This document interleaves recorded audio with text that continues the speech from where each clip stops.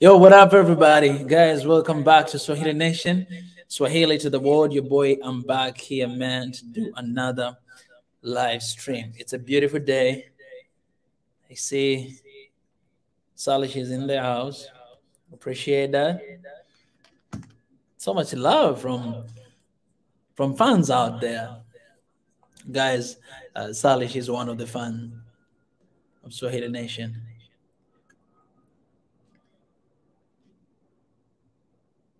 Yeah.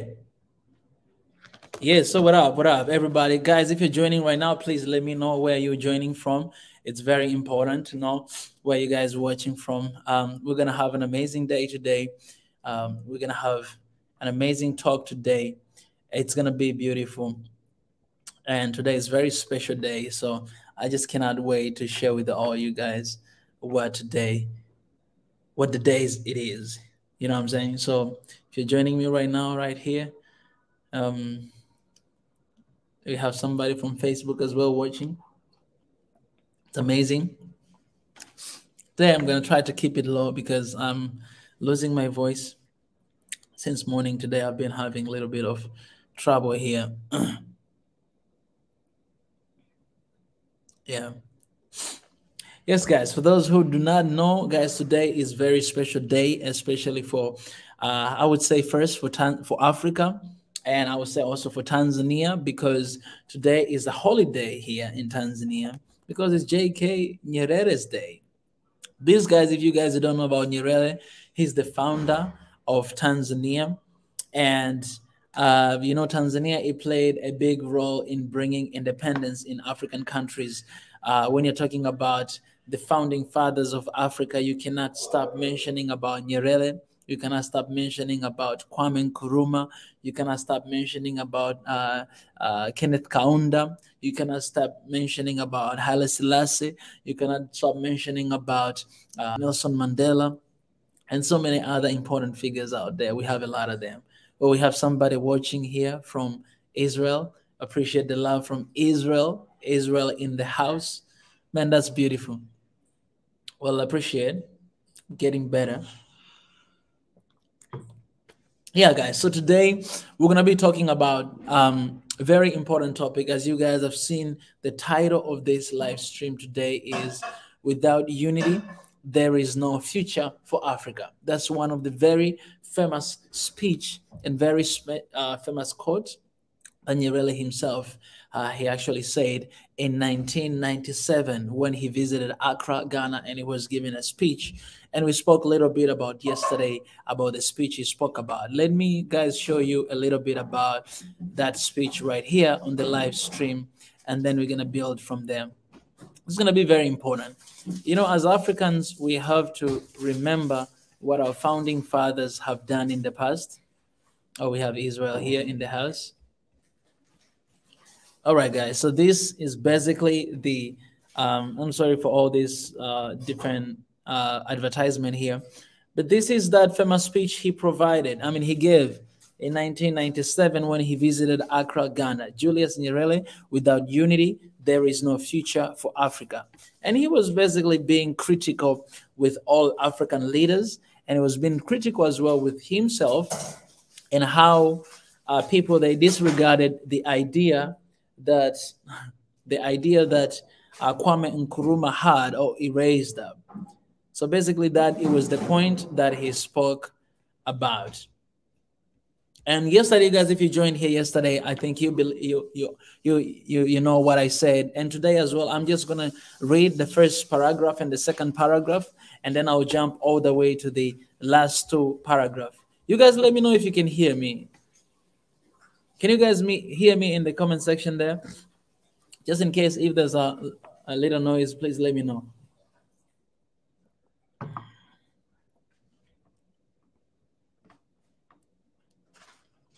If that's the case, then I can try to use earphone, so that I can protect. Yeah. Oh yeah. I think so that you may be free. Okay. Yeah, guys. So, okay, I'll just go ahead to read. Please, guys, let me know where you're joining from. I appreciate. I have some stuff here in my throat, so I might not be able to speak a lot. Yes, let me read this. I'll read this at the beginning and the first paragraph and the second paragraph here to here. All right, because it's too long. I wanna read all of it, but it's too long. You see how long it is? So I just read two paragraphs. This is for Africa, guys. Say an extract from a speech given by Tanzania's founding president Julius Nyerere, pictured right, in the Ghanaian capital Accra on 6th March 1997, on how he saw African unity in the 21st century. African, how he saw it. One of the, for those who don't know, Julius Kambarage Nyerere, one of the, thank you, Brad. One of the strength that he had, I want to use this one, guys.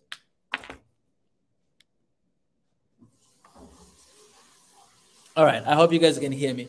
So one of the strengths that Julius Kambarage Nyerere had, it was to predict or to talk about things that will happen in the future. Like a lot of things that Nyerere spoke when he was alive, they actually living right now. Like right now, Tanzania, where we are and what we are doing, a lot of things he predicted back in the future.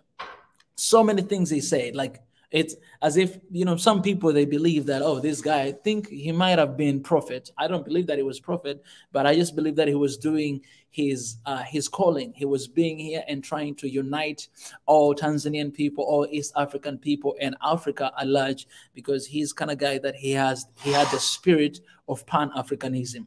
And one of the famous thing he did, because the tagline for Africa is umoja ni nguvu, utengano ni udhaifu. It's like umoja na uhuru, like unity and freedom. These are two different policies that Nyerere, he always spoke about, he always believed in. And of course, there is Ujamaa as well, which called socialism. And socialism, for other people, sounds really bad, but then the idea that he had is about everyone in the society have a share equal. Like, it doesn't matter who you are, it doesn't matter where you're coming from, it doesn't matter what kind of society you've been raised from, but as long as you are a human being, you are African or you are Tanzanian, then you are equal with another person out there. That's what he believed in, that's what he actually stood for, and that's what he preached all the time. And even when there were transition from socialism and going all the way to capitalism, he still believed in that. He still wanted to have a society that believe in themselves, the society that care for each other, the society that watch for each other, and the society that is united. So one of the things that he did, back in the days, colonialists, when they came to our countries, what they did, they taught us their language. That's why right now when you come to Africa, you find there's a countries that their official language is English, official language is French, the official language is like Portuguese, right? All this, it was like the tactics or techniques that colonialists they use in order to control the place. Because what do you do when you wanna get close to somebody? When you wanna control someone, you wanna learn their culture, you wanna learn what they're doing. But then, for what they did, they didn't want to learn our culture. They came and they taught us what we have to know. Like they taught us about their language because they wanted to communicate with us, right? But one of the things that Nyerere did, and it was so successful, and that's why up to today, you'll find a lot of Tanzanians, they're not really good at English. The reason is this one, especially those who didn't go to school, right? The reason is this. It's because Nyerere, he said no to that. He had to make sure that every single Tanzanian speak their own language. So Swahili, that's when Swahili was born, right? It's the combination of all these, different languages. Like it's like a mixture of all these different languages, including Bantu languages, right? And then you get this Swahili, which is perfect language and very easy language. And he did that because in Tanzania, we have more than 121 tribes, and all these tribes, they have different languages. All of them, they speak different languages. But what he did is, let me stop sharing this, and then I'll talk about this. So 121 different languages, 121 different tribes. So it was hard to communicate with one tribe and another tribe. If today I move from where I am right here, and then I go to another city or another town, I'm not going to be able to communicate with them because I don't speak their language. So what he did, he said, you know what? Everybody, it's compulsory. Our mother tongue, it has to be Swahili, and everybody should learn and should understand Swahili. So it was being taught in school and everywhere, and that's how he united all these 121 tribes, and all of us, we speak one language, even though we have our tribe's language. So for me, for example, I come from this one tribe. I don't even know the language, but people were coming from that tribe. They speak that language, and also we speak Swahili, right? Swahili is pretty much just the mother tongue, and it's the language that connects all of us. And that's why up to today, Tanzania is united. And it's United Republic of Tanzania because it's Tanganyika and Zanzibar, right? The islands we have. So that's one of the things that he pursued. That's one of the things that he believed in. And that's one of the things that he was always preaching about. He was always talking about that unity is power and separation is weakness. And that's so he didn't just believe in his own country here in Tanzania, but he believed it for Africa as well. And so he started to pursue it for Africa. What was happening here in Tanzania, he wanted to see happening outside of Tanzania as well. Yes, people during that time, they didn't have money. They didn't know how to take care of themselves, but they were living with peace. What are you going to choose? Are you going to choose having like a lot of money, or are you going to choose to have peace? Like, what do you choose? Do you choose war, or do you choose unity? What do you choose? So we have to know what is important to us. And because of that, like it was a huge threat, because if you come here to Tanzania and you want to colonize, then you have a society that they cannot speak your language. They cannot understand what you're trying to say, because all of us, we spoke Swahili, we understood each other, right? And that's how we communicate with one another. That's what he did. And that's what he believed in. And there's so many different policies. That's why I bought this a little book. I'm trying to read some of the things. And yesterday, Professor Kuru was here, Professor Ezra was here.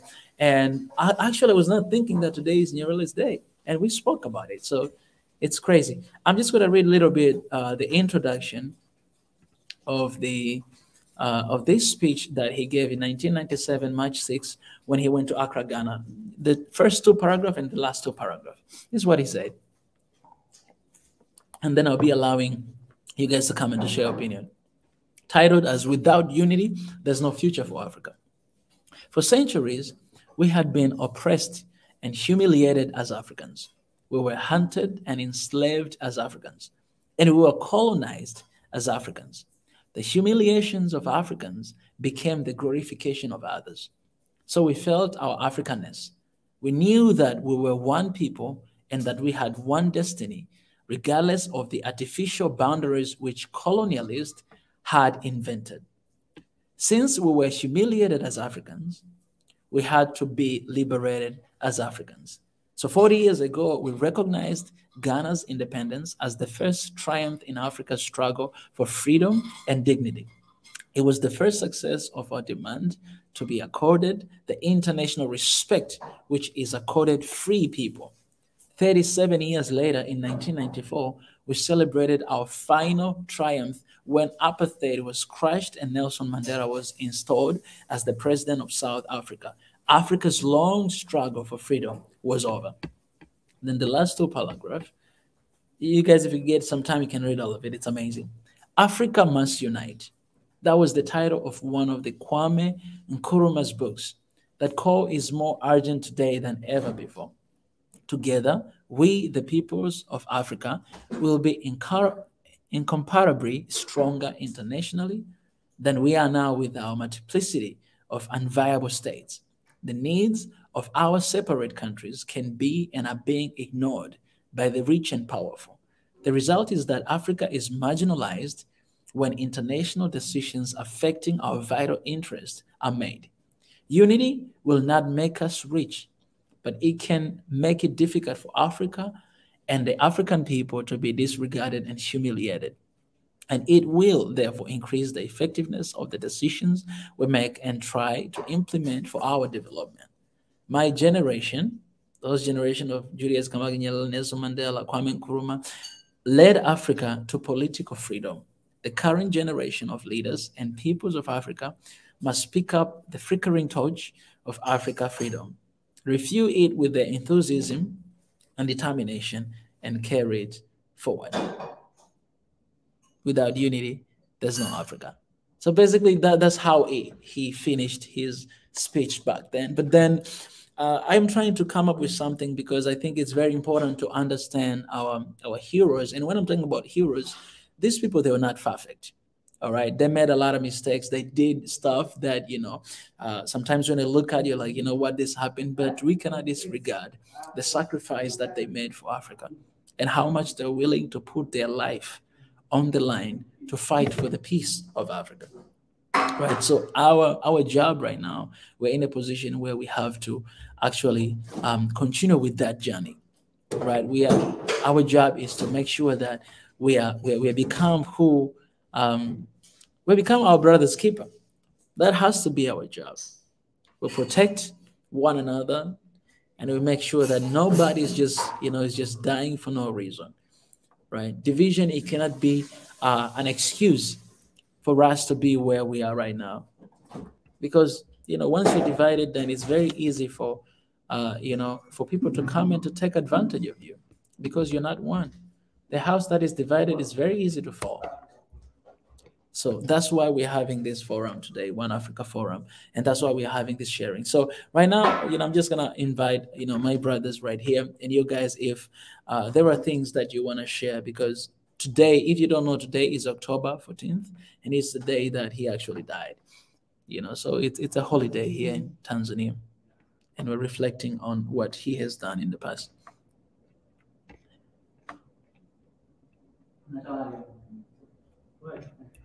Now let me see here. I see some comments.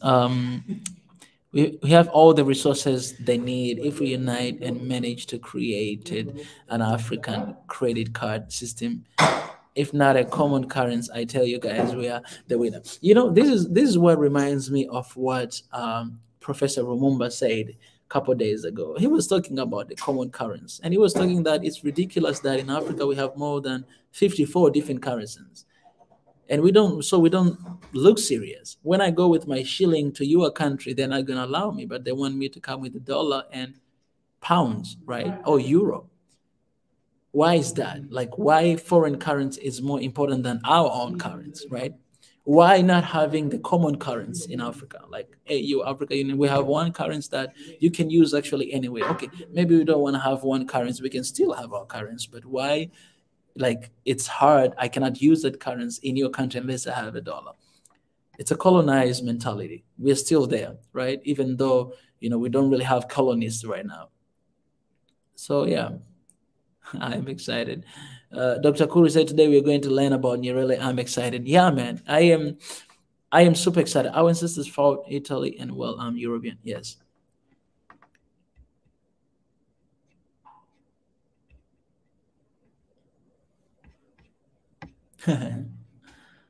Well, I appreciate for the super chat from from Asali. Gotta support this movement by using super chat. Bring it on, brothers and sisters. Mika, we need you to stay safe and take care. I appreciate for the love. Yeah. So and you guys, if you have been checking out my this is one of the things that he said. You think about it, guys. Without unity, there's no future for Africa. Okay, if you think about yourself, if you don't care about what is going on around Africa, if you do not care about what is going on in Ethiopia right now, if you do not care what is going on in Nigeria, if you do not care what is happening, in Zambia, if you don't care what is happening in other corners of Africa, let's say Somalia or different places, if you do not care, then this is not a topic that you're concerned about. But I care about what is happening in Africa, because a lot of things that are going on in Africa is because of where we are right now. It's because of division. It's because of how much we are divided. And so whatever future we have, we can dream about the future we want to have. We can dream about the future we want to build. But if we are not united, then we're not going to go anywhere. Oh, appreciate this, Dr. Ezra right here. Happy New Year Day, Tanzania. I appreciate, brother. And so much love. Wow, look at that. We have to care for one another. What is going on, for example, what is going on in Africa, around the countries in Africa, it's hard sometimes to watch. But every time when I see this is happening, I'm thinking about myself. I'm thinking about What if this is happening in my country? What if this is happening in Tanzania right now? Because what is happening right now, our forefathers, they saw it 50 years ago. And that's why they wrote a speech like this: without unity, there's no future for Africa. Because you know, one thing Professor Rumba said, he said, you know, there's a need for us to be united, because when you go out there, they don't see me as Tanzanian. Nobody cares about what country I'm coming from. The matter of fact, people, they think that Africa is a country.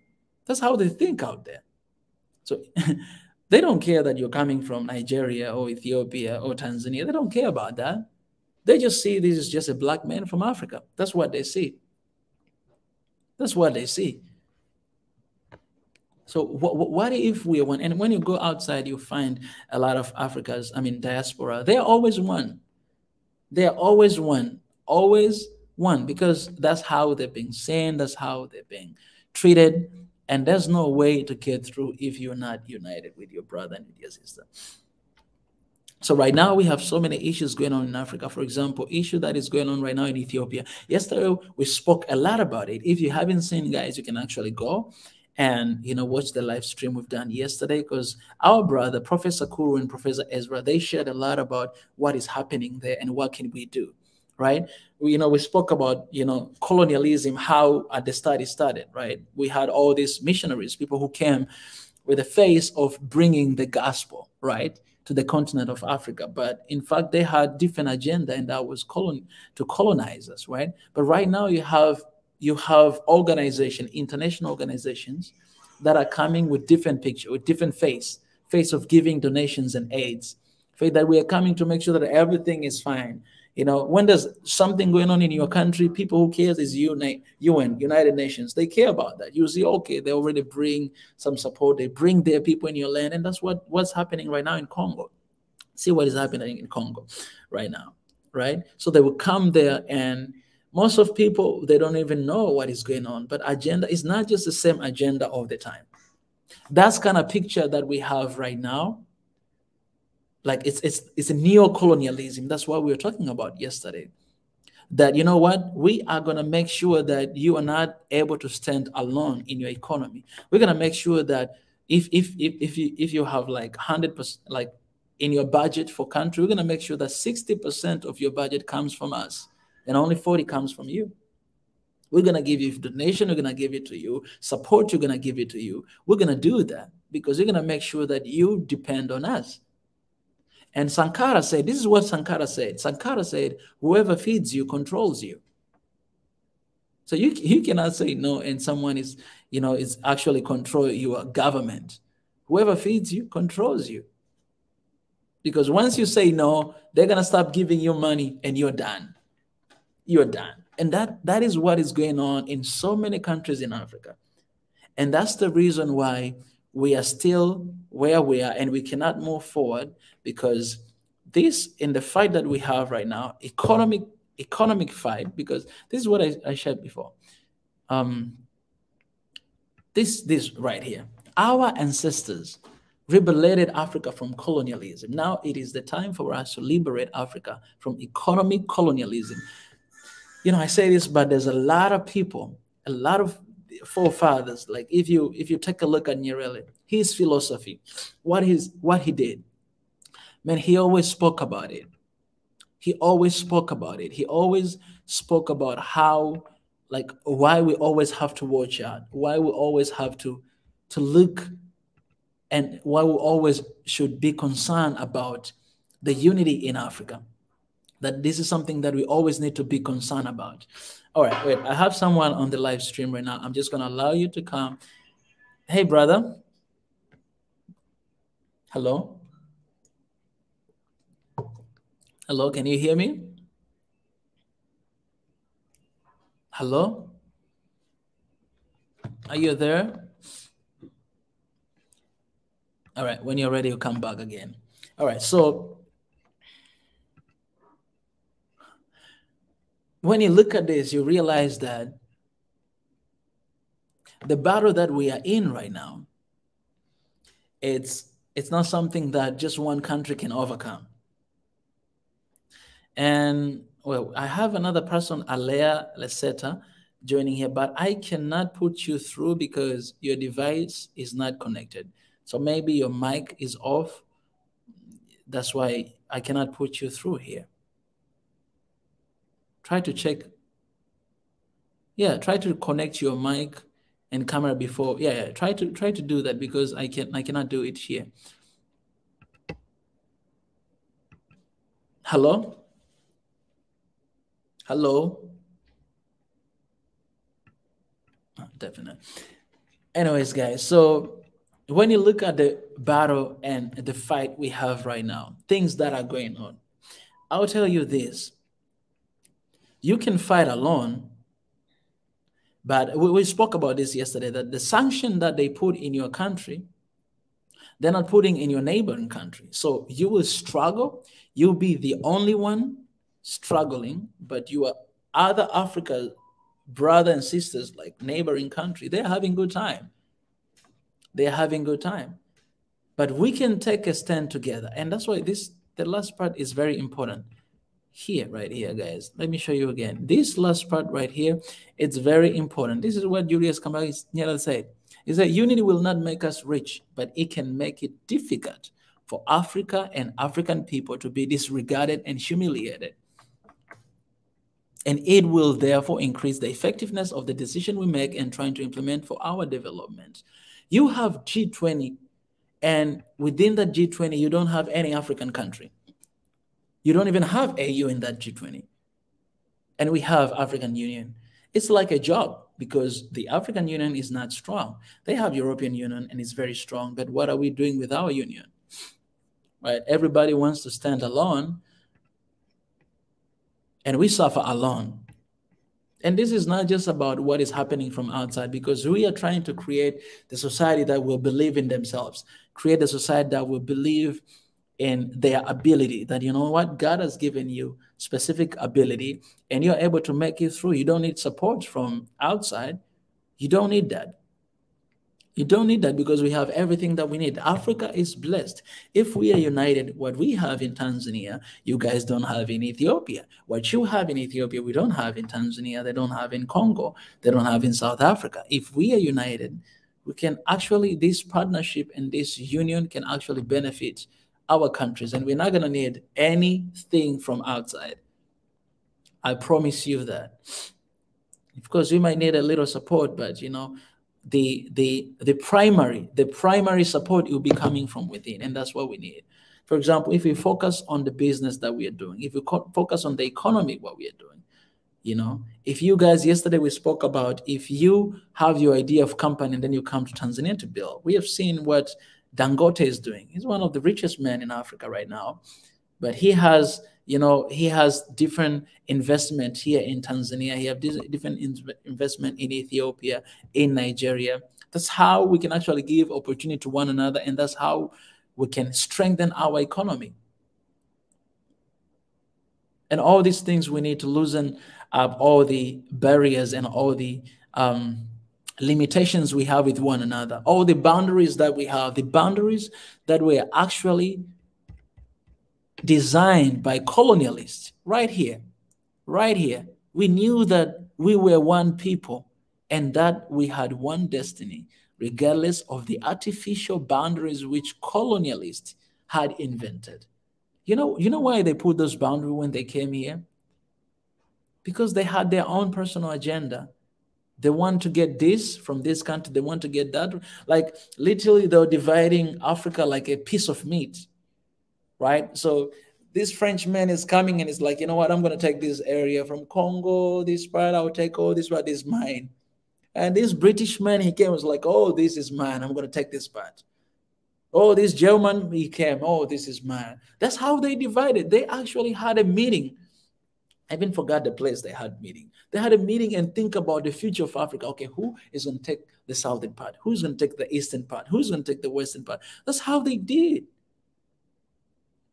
But I don't just want us to look at the past. I want us to look at where we're going right now. That if we want to see the Africa that we want to see, if we want to see future in Africa, if we want to see change in our country, then we must be united. We must be one.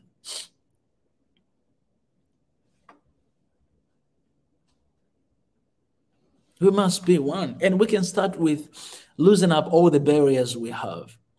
Of course, it comes down to thinking. Today, I don't even want to talk about ethnicity because you will be so stupid if you're thinking that, my ethnicity is better than yours, and that's why I don't want to be united. You'll be out of your mind. Exactly. Berlin Conference in 1884. Oh, now, finally. Alea, welcome. Hey, how you Hey, doing? I'm good. I don't see your face. I think I see your hand. I know. I literally don't use camera Hmm. and mic on my phone because I don't know Uh, if you're accustomed to that, but iPhones and all that thing, security. oh, But okay. I All just right. wanted to join, and Yes. I wanted to tell you that I'm so thankful for what you do, Mm, for connecting us, for opening mm, our eyes, for mm, working so much to present Africa and the globe mm, and mm, elsewhere. We are very mm, thankful, and brother, we need you. I am mm. from Ethiopia. You know how it is right now with us, with all the Yeah. ethnic, tribal problems, issues, this and that.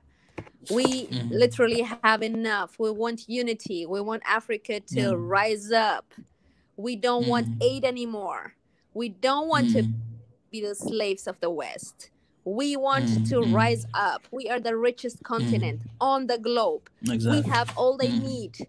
All they need. mm, All we need to do is mm, unite, make our prices mm, for our resources, not a mm, hunger price, but the real mm, price. You know what I mean? mm. Maybe Yeah. come to a point that we create some common currency, and if that is not possible, then we should create some kind Yeah. of credit card system, an Mm, African credit card system, where we keep the mm, dollar circulating in Africa. mm, You know what I mm, mean? mm. So Yes. Yes, I feel I you. also live in Germany. I grew up in Germany. I'm actually an Hmm. Ethiopian German. Oh, Um, okay. and I am accustomed to racism. I am Mm, accustomed to mm, it. I know the fabric mm. of racism. I know the fabric of tribalism and all that. Yeah. And Mm, believe me, there is no place like home. There is no yeah. place like Africa. There is no love Mm, mm, like the love we have in mm. Africa. There is no That's true. nourishment as there is in Africa. Mm, We mm, might, mm, we might be well fed in Europe, but mm, not our mm, souls. Our souls mm. are hungry. Exactly. We literally need Africa. We need that African nourishment. So Mm, it's mm, mm, really time to blow the horn, to blow the whistles, to come mm, together mm, from mm. all parts of Africa. Yes. And Yes. I'm really thankful for what you're doing, and keep it up, brother. Mm, And stay mm, on our side. And we mm, can't give up. This is the generation. It's our mm, generation is gonna end. It's gonna change everything. We are the mm, mm, whistleblower generation, and if we mm, don't do it, mm. we are not going to leave our children a better place. Exactly. So we Yeah. have to Exactly. conserve what we got from our Mm. parents. Africa is And not you're gonna be doing the a same good if you don't job. leave it. I appreciate that. I know. Thank you so much. Mm. I also This appreciate a this lot. I really appreciate what you do. what you're saying right now is very, very important because we are creating the future for our I really kids and our appreciate what you family do. later. You know Hear what I'm me? saying? Like, yes, like our ancestors, like where we are right now, it's because of the sacrifice and what they gave to be where we are today. And we have responsibility to do that right now, to do something in this generation. We have responsibility to do something that will prepare Africa for our future generation, right? We must think like that. We have to Of think course. And about you that. know what? We are more If we don't, comfortable than our ancestors were. exactly. We Yes, have a lot yes, more and this, choices and chances. exactly, because they sacrifice their lives for us to They be for where we we are have today. sneakers and we have Nikes and Yes, all that. yeah, yeah. They brought us independence because of what they went through. They had to go And through a lot for us to be bro, free today. Mhm. And what are we doing with that freedom right now? What are we doing with that freedom right now? school Mm, without them being mm, educated. yeah. They fed us, You're cutting a although they were lot. hungry. Mm. You Hello, know, Alea? and we can do one thing, Alea, can and you that hear is me? to conserve that us. Uh, uh, uh. That's what's up. House or money or whatever. Mm, But they left us one thing. They left us an yeah. intact continent full of riches. Mm, And now it's in yes. our hands to keep it, Mm, to build mm, it, to make it grow, mm, mm, mm, to unite. mm. Yes. And that's what we should do. And we should be actually an example for the world. We should bring Mm, back the grace of Africa. Africa was once really exactly. graceful. Everybody Mm, wanted to have it. Everybody wanted to take up. Everybody wanted to colonize it. That's what we are. mm, mm, mm. You, Yes. and that's what we get always. And even when Alea? Hello? versus, they Ale Alea, I'm sorry, you're cutting a lot, Alea. have a mobile phone Hello? without Congo mineral. To be, Hello? Can you what? hear me? Some people Hello? in Walmart,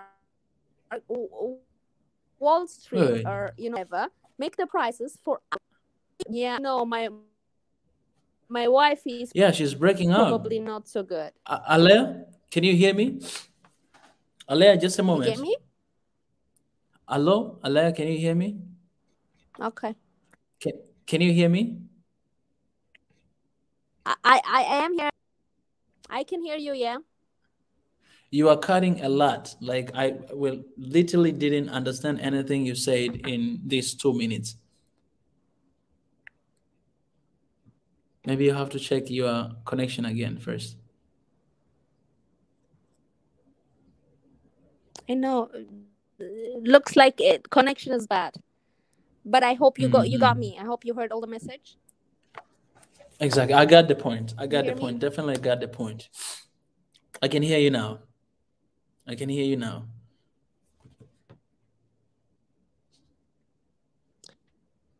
Try to call you again, Oh, you're still cutting. and if I will call on You're the still chat. cutting. I wish you a blessed. Ah, Love okay. you. You doing it. Appreciate. Love you too. Appreciate. Thank you so much for your insight. It means a lot. Come often to give your opinion. Professor Kuru,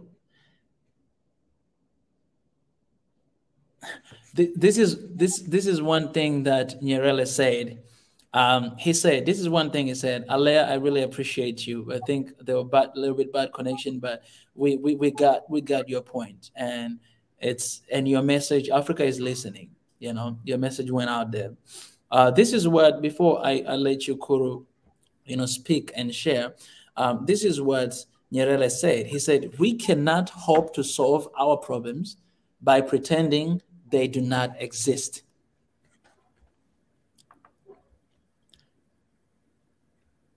Wow, the connection today is the connection that is really terrible, I guess.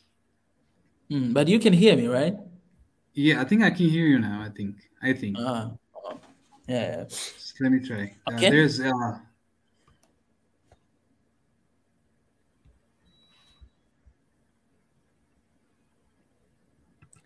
Appreciate Alea for this. No, you can hear me, right? Appreciate Alea. hello. Hello, Mika. Can you hear? Hello. Yeah, I can hear you. Can you guys hear me? Wow. Like Okay. you guys can.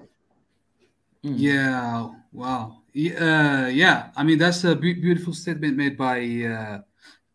That was Nerere, right? Alea, yeah, Alea. So beautiful. Huh? It was Alea. Africa from colonialism. Now it's the time for us to liberate Africa from economic colonialism. Is that what you said? No, no, no, no. This is just something that I put it there. No, what I said is, I read the quote that Nyerere he mentioned before, and this is what he said. He said, "We cannot hope to solve our problems by pretending they do not exist." And then I gave you a room to share your opinion because you've been here from the beginning. Yeah, definitely. Um, yeah. Uh, I mean, it's self-explanatory, right? What he said. It's just Yeah. either we do something about it, or we just that is, and the problem's not gonna go away. You know, if we have to, I mean, we should embrace what is really happening, and then we should really do about it. I mean, the guest that just recently entered into the chat room. I was gonna ask her a question, so that's why I just came into live. I was gonna ask her a question because she lived in Germany. I'm sure she have experienced different things, and I was gonna ask her some questions, but I think she left, right? And you too, huh?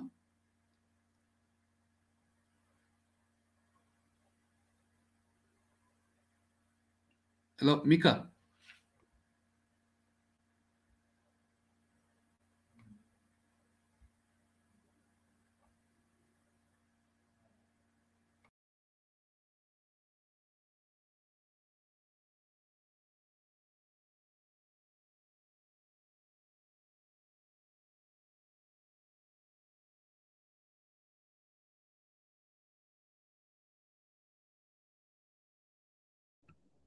Yeah. Yeah, so guys, I had to rush out because I had to see my grandpa, if you know what I mean. Um I had to see my grandpa. Yeah, but I can't see here Kuru anymore. I think he left. Yes. So I really appreciate what Alea came here and shared today. Um you know, listening to let me share this a little bit. Listening to what Professor Rumumba said. And I think we have to listen to this just a little bit. All right, we'll listen to this just a little bit, and then I think it's something that we need to discuss. We cannot ignore.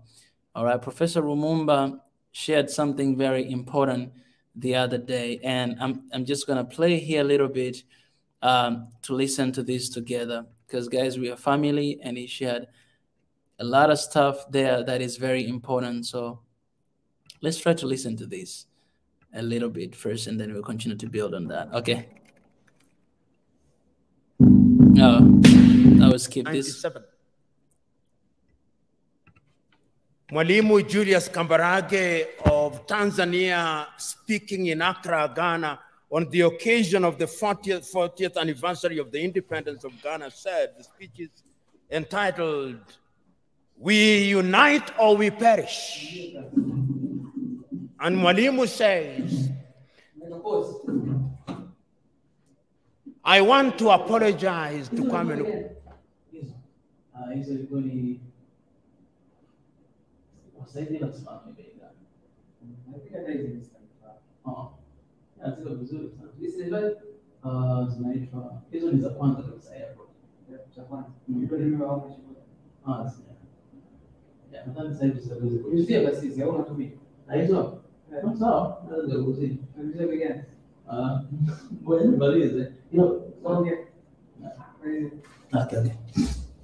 Nkrumah. Those of us who believed in gradualism were wrong. Nkrumah was right. But Nkrumah also did not appreciate the level of suspicion that existed amongst the leaders at that time. Our generation, he says, fought for the liberation of Africa. It is the duty of the new generation to carry the torch forward, he says in his plea. He says that I do not believe that the tribe can be the basis of mobilization in Africa. And he said that as I travel along across the world, people do not care about our Tanzanianness or our Ghanaianness or our Kenyanness or our Ethiopianness. In their eyes, we are all Africans. And perhaps that is what we should use as the building block in order to talk about African unity. But we are not being naive about that unity. Because sometimes when we talk about Pan-Africanism and about African unity, people think we are being too simplistic about it. No, it is not being simplistic and being naive. It is recognizing that as long as we remain the way we are, then Africa in the next 25 years will be recolonized. That's dangerous. That's dangerous, guys. You know, It can't happen. what is the state of Africa as I speak now? Oh man, this is what I felt. What is the state of your continent as we speak now? Because of our disunity. Because when we are disunited, then it is good for Europe and America. That's true. 100%. And China progressively. Look at the state of your continent as I speak. Conflicts of one kind or another. So bad. I'll name the countries just for you to know how bad it is, because that is how it is. Go to northern Mozambique. The gas that is there cannot be produced because there is conflict. Northern Mozambique. That's one Go country. to Somalia. Second. Conflict. Here in your motherland, conflict. Go to South Sudan, conflict. Go to Sudan, conflict. Go to Libya, conflict. Go to Central African Republic, conflict. Go to the Democratic Republic of Congo, conflict. Go to Burkina Faso, conflict. Go to Mali, conflict. It's 10 countries. Go to Chad, conflict. Go to Niger, conflict. Go to Cameroon, conflict. Go to Nigeria, conflict. Do I go on? Those are 14 countries. That is guys. the state of the continent. 14 countries. So that even when we talk about crazy. intercontinental trade, you tell me, can you drive from Addis Ababa to Dakar in Senegal? Unless you are Daredevil himself. Which group will not kidnap or ambush you? That is the state of the continent because we are weak and disunited. I fly from Nairobi, Kenya for 1.5 hours. I come from the shilling zone. I go into the birr. 33 currencies in Africa. 33 currencies. None of which is used to conclude transactions anywhere. I come to Addis Ababa, Ethiopia, and I show my shilling. They say, what is this? But let me show the dollar. Oh, this is it. Let me show the euro. This is it. 80% of transactions in Africa are concluded outside of the continent in dollars. So you may have the Central Bank or the Federal Bank of Ethiopia, or Mickey Mouse. You may have the Central Bank of Kenya, Mickey Mouse. You may have all these 54 central banks useless because we are not playing in the real league, we are playing in the small league. That is why when the Chinese president summons all our presidents, and they summon them, the letters may be polite, but it's summons. They go to Beijing, tails between their legs, and they are told. And the Chinese president gives Africa $60 billion. $60 billion. What is $60 billion? George Bezos has more than that given to a whole continent. That is the state of the continent. So as you have the honor and privilege of serving in the government of Ethiopia, and as you think about integration, that is the continent in which you are now weak. 2 weeks ago, I watched in great pain on television in Bamako, Mali, young Malians celebrating in the streets that the government of Mali had entered into successful or possible successful negotiation with Wagner, which is a Russian mercenary group, to replace the French. And they are saying how beautiful it is now. And I said, a slave celebrating the departure of one slave master and the arrival of another slave master. That is the state in which we are. I watched a woman from Nigeria who had been rescued from the Mediterranean around Lampedusa saying, I will not go back to Africa. Even if I die in the Mediterranean, I'll try again and again. What is it that can make a human being say that I do not want to go back to my home? Because the natural instinct of a human being should be that you want to go home. It's because we are weak. So we are invited to Beijing. Then we are invited to Tokyo, the Japanese African Conference. Then we are invited to Europe. Then we are invited to the United States. And lately, even the Arabs invite us because we are weak.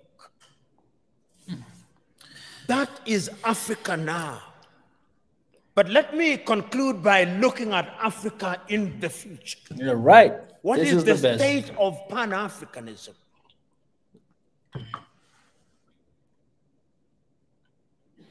Africa finds herself in a very difficult situation. What Nkrumah feared. Today, many African leaders have gotten used to the trappings of power. And those who speak about power, right? Power corrupts, and absolute power corrupts absolutely. I remember in 1997, I think, I may be wrong about the year, 1995, I think, I was serving as an intern at the Mwalimu Julius Nyerere. He was serving with Nyerere, guys. And I had the privilege and honor of driving with Mwalimu Nyerere in Dar es Salaam. And he had only one guard and a driver. One guard. And he stopped at the few traffic lights. And only moved when the traffic lights moved. And I asked Usual leaders, they don't do that, guys. How did you leave power? He said, oh, when I said I wanted to leave office, there was no shortage of people telling me, don't leave us as orphans. It is very rare to find those in positions of leadership in Africa today who would willingly leave office. It's almost impossible. Power in Africa is now sought by hook and crook and retained by hook and crook. Because the trappings of power are good. And permit me, when I am gone, even if I irritate you, in fact, perhaps my intention is to irritate you, so that you reflect upon what I'm going to say. And this is a personal thing. I'll give you an example. When I was appointed as the director of the Anti-Corruption Commission, I drove in the morning in my car with my driver. In the evening when I was leaving, there were 3 cars. Mine, what was allocated to me, and another one in front, and another one behind me, and 12 individuals. And I asked, who are these fellows? They said, these are your security. I said, I don't need my security. I don't need 2 cars, I only need 1 car. Because this thing you call security, this is spectacle. And throughout the period that I served, I had only 1 security and 1 car. And I say this because it is in the nature of power to make you use the things that you don't need. And once you get used to them, then without them, you feel empty and lonely. And you will find them. You'll be told, and many of you will love them. They are good. When doors are open for you, they are good. When you occupy front seats, it is good. When you are addressed Your Excellency, it is good. When you eat the best food, it is good. When you have security, it is good. But it can also dehumanize you. It can also monsterize you. I am asking you today that part of the problem of Africa is that we found human beings and we monsterize them. Writing in 1983, Nigeria's Chinua Achebe writes in a book which I commend to you, The Trouble with Nigeria, which could as well be the trouble with Africa. He says, the trouble with Nigeria is simply and squarely a problem of leadership. Yes. As we look at Africa today, I hope that this administration, which has now committed itself to the Pan-African movement, will think in that direction. And this brings me to what I think should be contemporary Pan-African. If you look at the Treaty of the East African Community, the Treaty of the East African Community says that there shall first be a common market, then a common currency, and political federation, which ought to have happened in the year 2010. East Africa Community should have had its first president in 2010. That is now 21 years, 10 years later, there is no such thing. In ECOWAS, it ought to have been the same. In SADC, it ought to have been the same. I hope that with your population of 120 million, because Ethiopia is an economic powerhouse,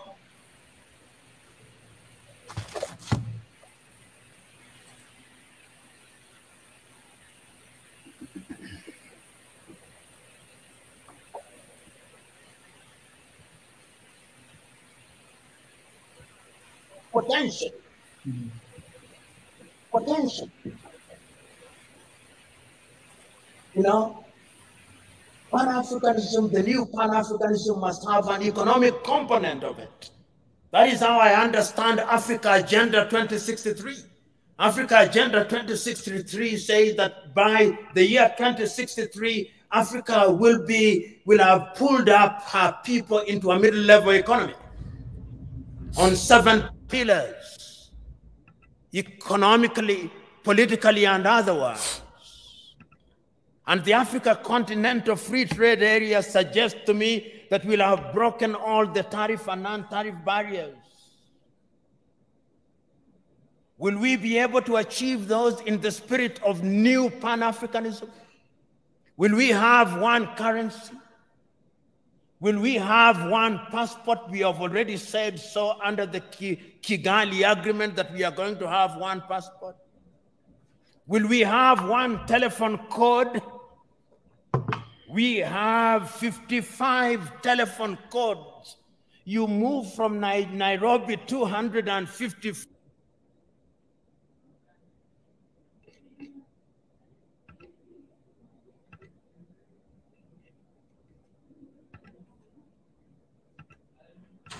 Stop again. Sorry. You come here, you have another one. You go to Eritrea, you have another one. There is no connectivity in the 21st century. How can you be taken seriously?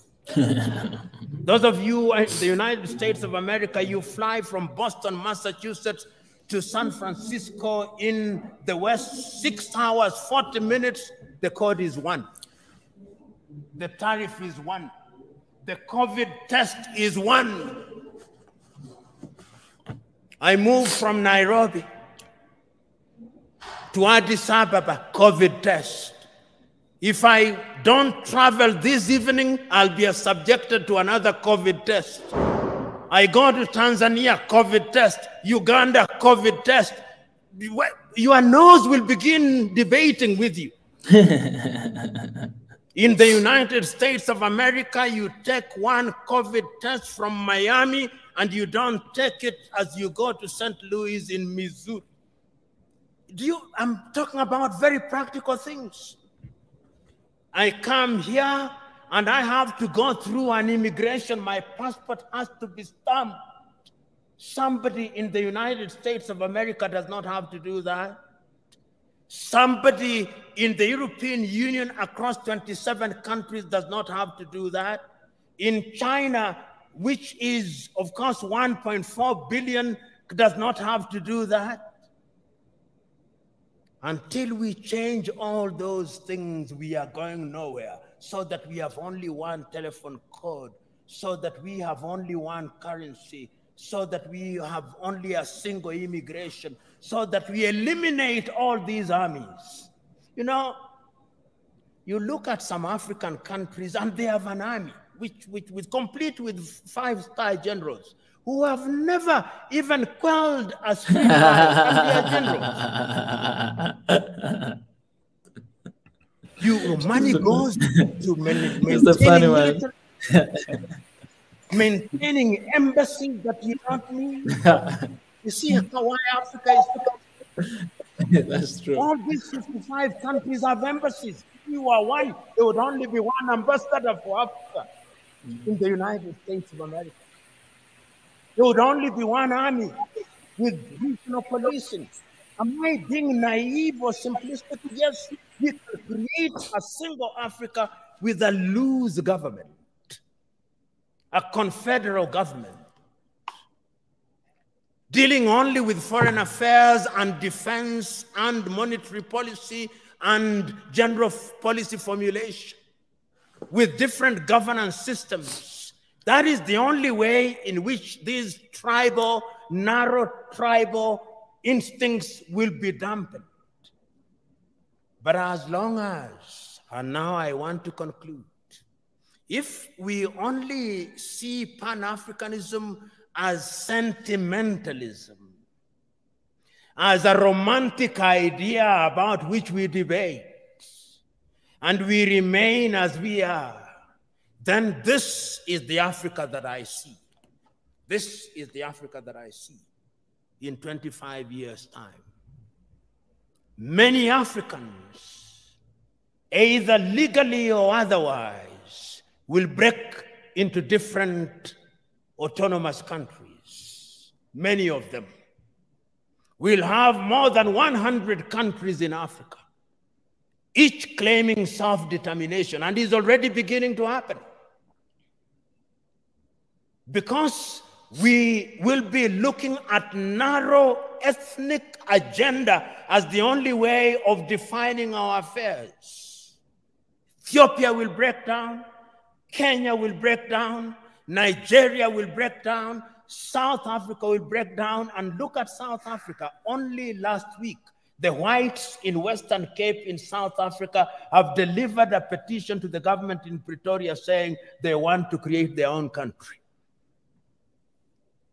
The Democratic Republic of Congo will break down. Libya will break down. The only way in which we can immunize ourselves against all those things is to create a Pan-African nation which allows for self-determination within the nation. And we must redefine terms such as self-determination. Self-determination must mean the ability of a people within a bigger unit to enjoy their culture, to enjoy their tradition, to speak their language. They do it on a smaller scale in Switzerland, those of you who are familiar with Switzerland. And we de-emphasize the presidency, we de-emphasize the prime minister's office. Pixley Kaisa Kaseme said, and I conclude with him, Africa is diverse. Some people say that because of our diversity, she cannot unite. She can. Because unity in diversity is possible if we understand what human beings need. In the nature of things, human beings need security. Yes. In the nature of things, human beings need food. Human beings need medical services. They need infrastructure. If you have a government that allows that, he said, then it reminds me of the piano. If you press the black button of the piano, it produces some sound. If you press the white one, it produces some sound.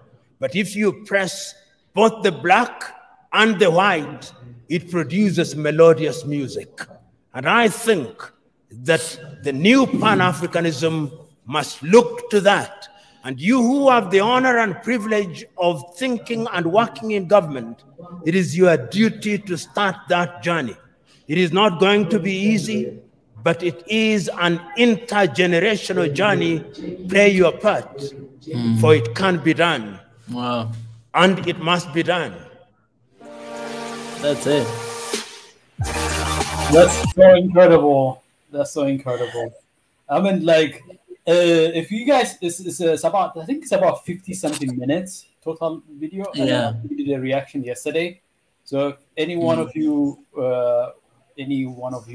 across Africa want to hear the totality of the speech, you should go and check out Swahili Nation, the channel, and then you can see it. He talks about, he starts with the history of Pan-Africanism. And many people might think the history of Pan-Africanism is a very contemporary thing. It's not contemporary. It's actually like the well-documented part of it, which is, like, if we say contemporary, if we put 20th century as part of that contemporary, he goes all the way to 1906, I think. And and then he details out the various players that didn't have Instagram, that didn't have Facebook, that didn't have YouTube, that didn't have all the trappings of the modern technology that we take for granted. And they did a very good job of articulating. So he goes at length about how they articulated this African imperative. I call it the African imperative. It's like, the reason I say the African imperative is that it is not a luxury. It's not a concept. It's not a luxurious concept where we want to come together because we have sentimental issues to address. with unity. There are practical issues that will be addressed through unity. Yeah. The ability to project strength as opposed to project weakness is the difference between life and death. The ability to project strength in the global stage is the difference between life and death. You look at, the crisis in Africa. You look at Guinea Conakry, the recent coup d'etat that took place.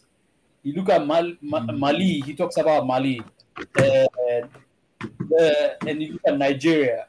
You look at Burkina Faso. You look at the Sahel countries like Central African Republic, Chad, Niger.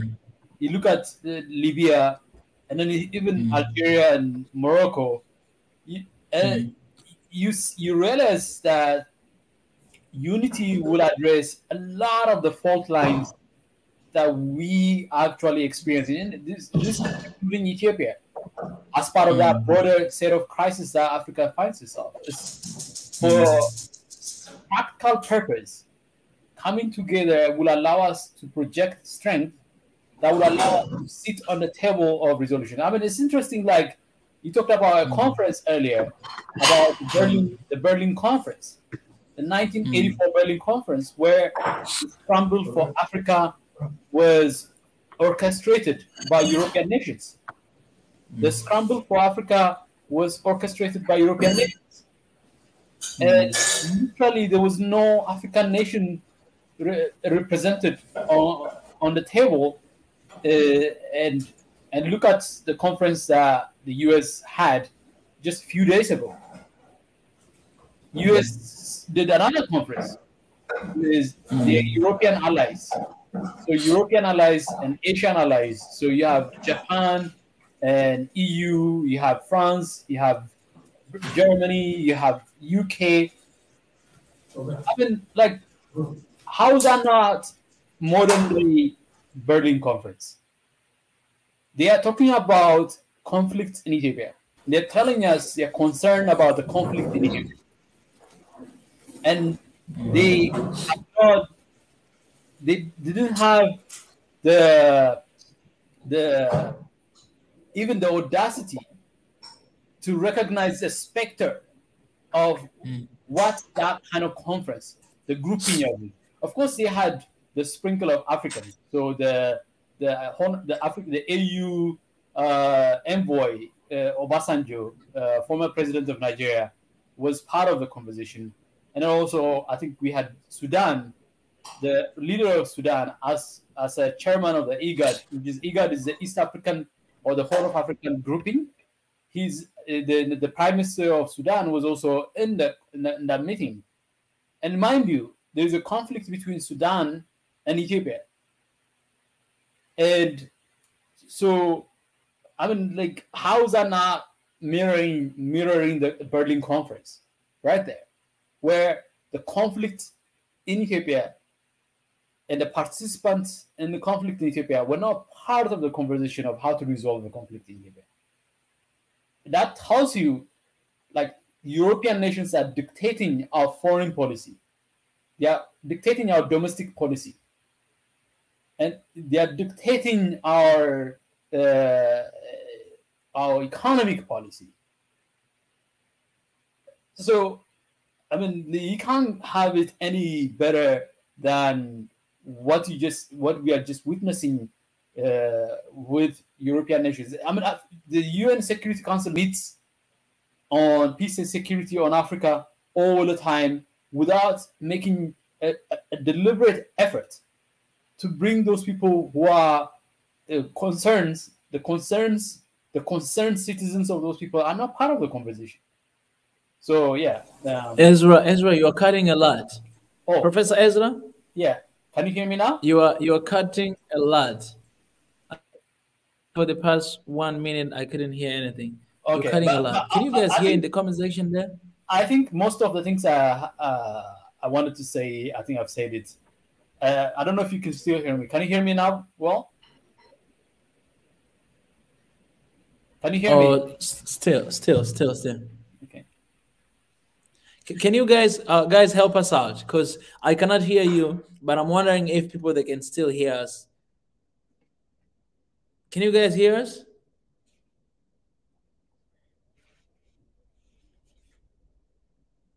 Hello?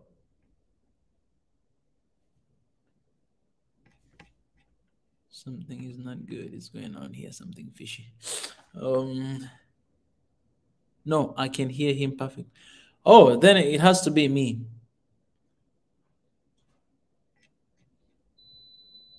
All right. Then it has to be me.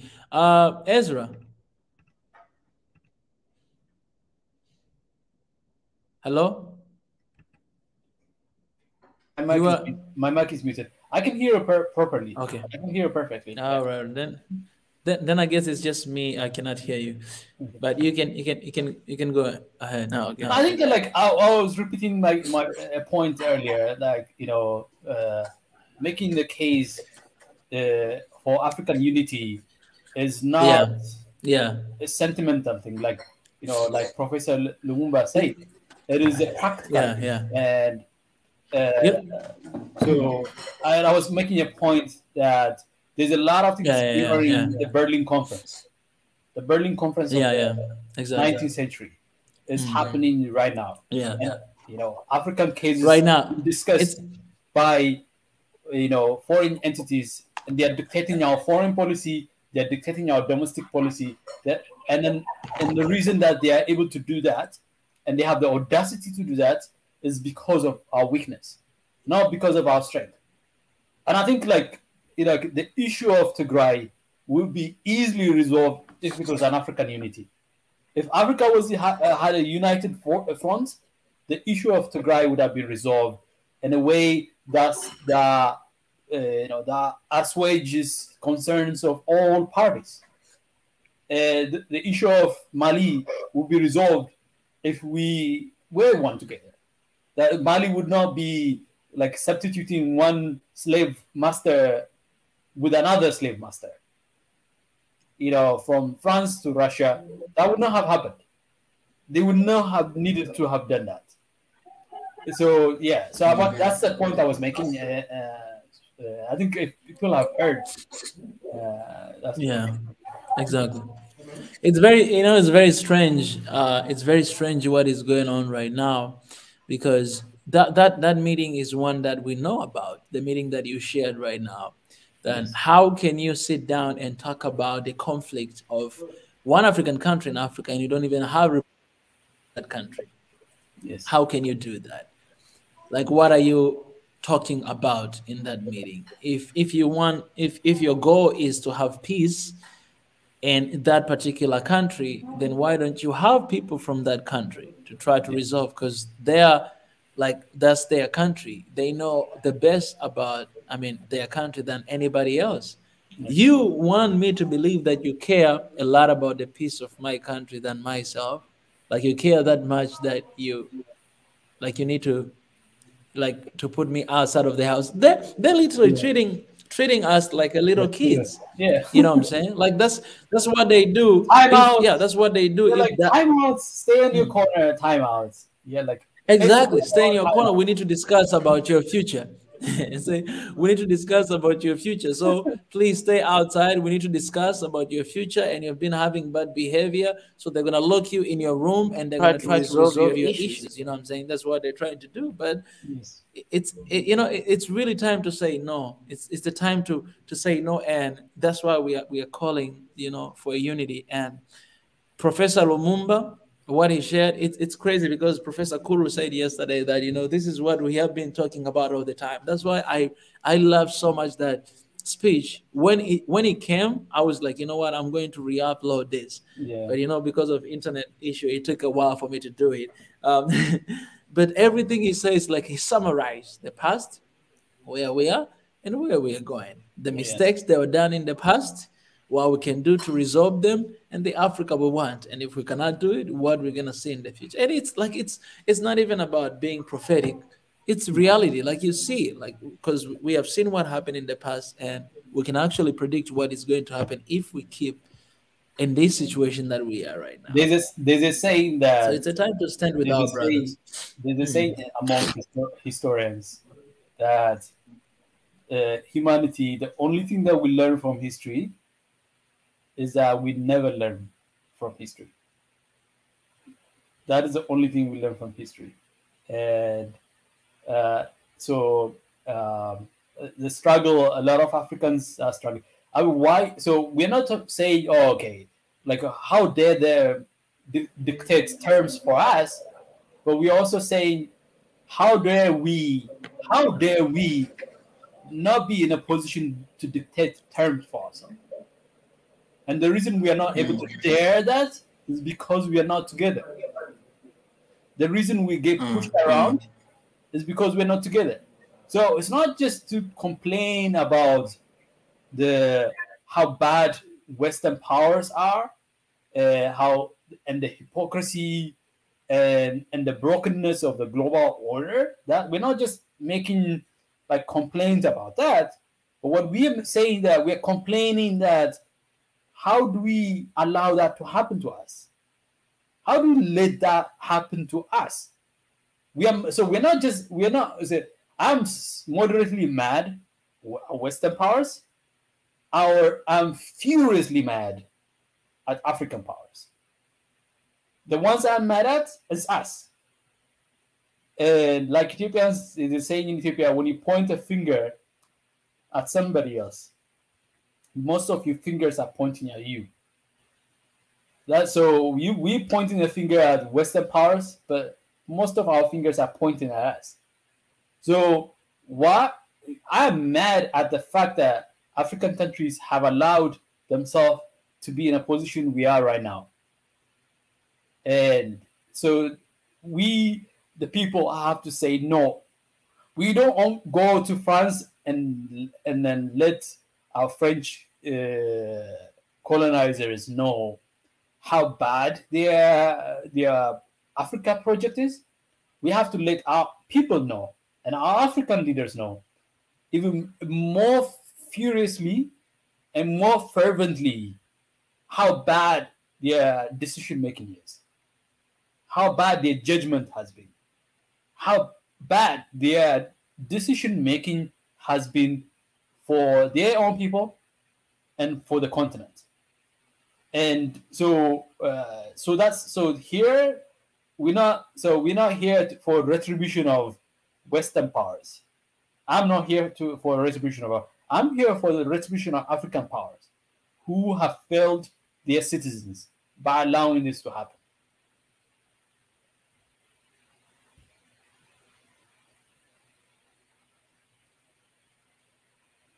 I think I was muted. Yeah, definitely. Yeah, brother, I agree with you 100%. This is one of the things that actually even Nirela, he said before.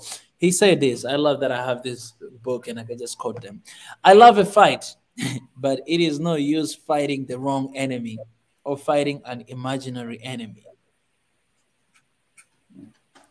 And the reason why I'm pointing this up, by the way, I love your hair, brother. You kind of look like me, so welcome to the to the game.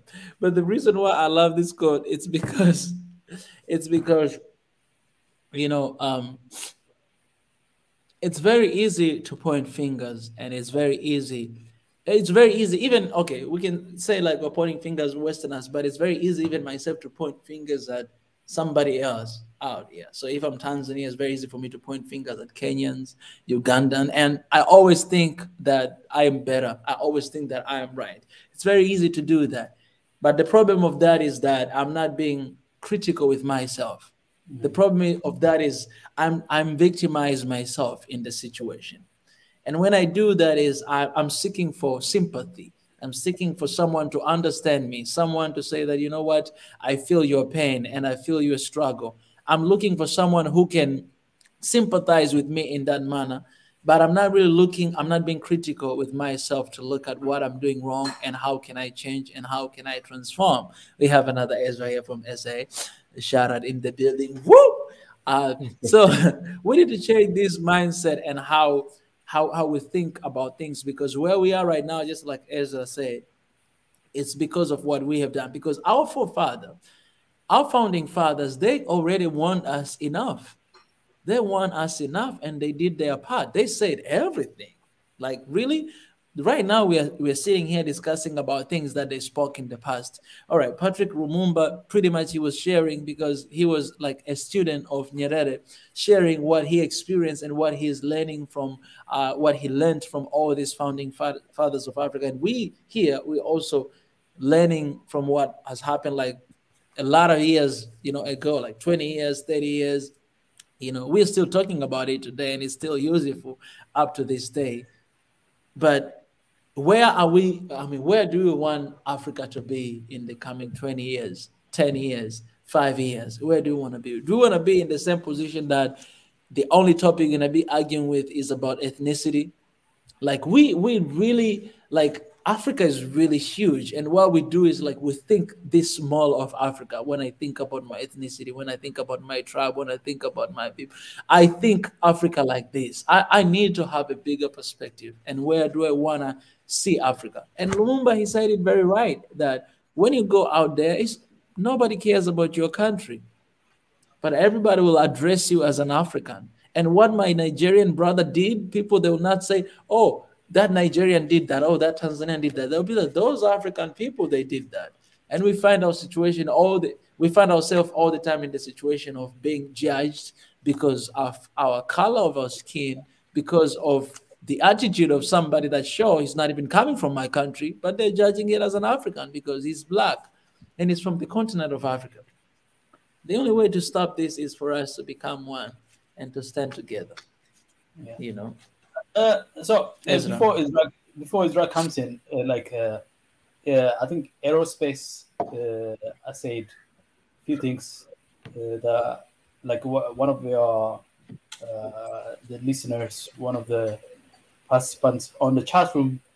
Ezra. Yeah. So sorry. Before that, I saw this, but one thing that came in my mind before I'll let you speak soon. One thing that came in my mind, I realized that we will, at the end of the day, we will never change how people they think about things or people. Yeah. They always have opinion. They'll always talk about it. They'll always address how they feel, and they, because that's just how they feel, and it doesn't matter to them that is wrong, or it's the matter of them choosing the side that, okay, this is my side and I want to protect my people. They'll always think about that. But I realized that one of the mistakes that I did in the past is that every time when I want to point out about them, because I give it attention to something that is not really necessary to give attention to. Yeah. That's it. No, what I wanted to say. But I think I think people should be able to air their opinion, even if you don't agree with it.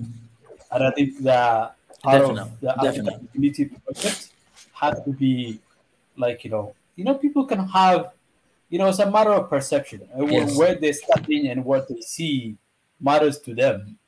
And if it matters to them, and then it matters to me. This is not about preaching in support of a particular leader, a particular organizations, because the issue that we are raising is beyond these things.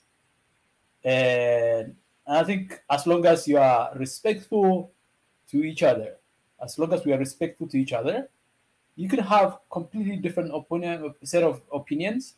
In fact, opinions that are, like, even wrong, that because you see it from a set of perspective where you don't get to have a broader set understanding of so you might not have a big picture at your disposal at any given time. Sometimes I'm able to articulate clearly the big picture. Sometimes I'm not. It depends on where I'm seeing it. So aerospace, yes, sometimes you might see that your message might be restricted, and part of it is we don't want to inflame the discussion here on the basis of events and occasions and personalities of today. What we're talking about is much bigger than that. So trust me, we if there's any restriction, is because we want to make sure the discussions and the dialogue here is respectful to each other, and that we're not the issue of a personality or the issue of events and occasions of now or immediately are not clouding our ability to see the big stuff, the big issue, the big picture. The reason Ethiopia is in the position it is right now is not just a choice of one or two leaders. It's a combination of many leaders at different time, different eras, and today we are seeing the consequence of that. We are experiencing the consequence of that, and so that consequence, how do we address it? We address it by opening up our minds and our hearts to the big issues that matter to the most Africans. We are 1.3 billion people. We are 1.3 billion people. And the issue that matters for 1.3 billion people is what we want to address. Not necessarily the trappings and the left and right turns of these things. Okay? Anyways, sorry for taking too long. Welcome, Ezra. Oh, I really appreciate Ezra for what you said. I really appreciate it. Thank you for speaking up. Good evening, everyone. Good evening, Ezra. Good afternoon. I'm always happy to see you. It's afternoon. It's afternoon. It's afternoon somewhere in the For me, it States. should be good night. To our prof there, that side. What a day. Prof Ezra, you need to give some sort of honorary name to another Ezra. Would you do the honor? What is your Bantu name? You saying? What is your Bantu name? What is your Bantu name? My Bantu name, it's Umlinganisi. Oh, I like that one. It falls under the what they call the Nguni languages, which is your Zulu, Xhosa, Swati, Ndebele, and that's generally almost Ndebele 4 or 5 is also Zimbabwe, right?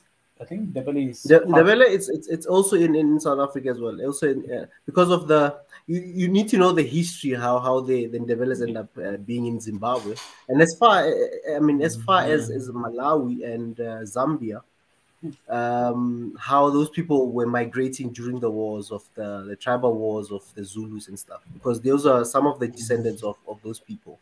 So because they were more warriors, with the Zulu people, they've always been warrior tribes. Yeah, but most of the Southern African tribes, that's why in terms of even slavery wasn't really that much, because there was so much resistance in terms of that part as well. And so there's a history about it, how they end up being there, and other splitting going as far as the north, because you get those surnames as far as Malawi, and I think even some part of the western part of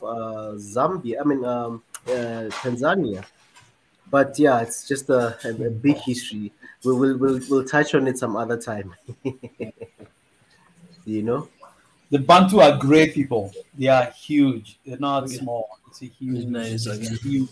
But and how the even how it was, people say the Bantu people, how the Europeans kind of classified that as well in terms of a group. Yes.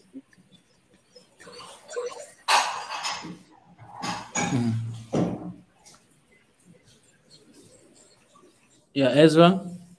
Grouping of people. We're still on. Oh, okay. Just a little bit of history about how we were classified as Bantu people.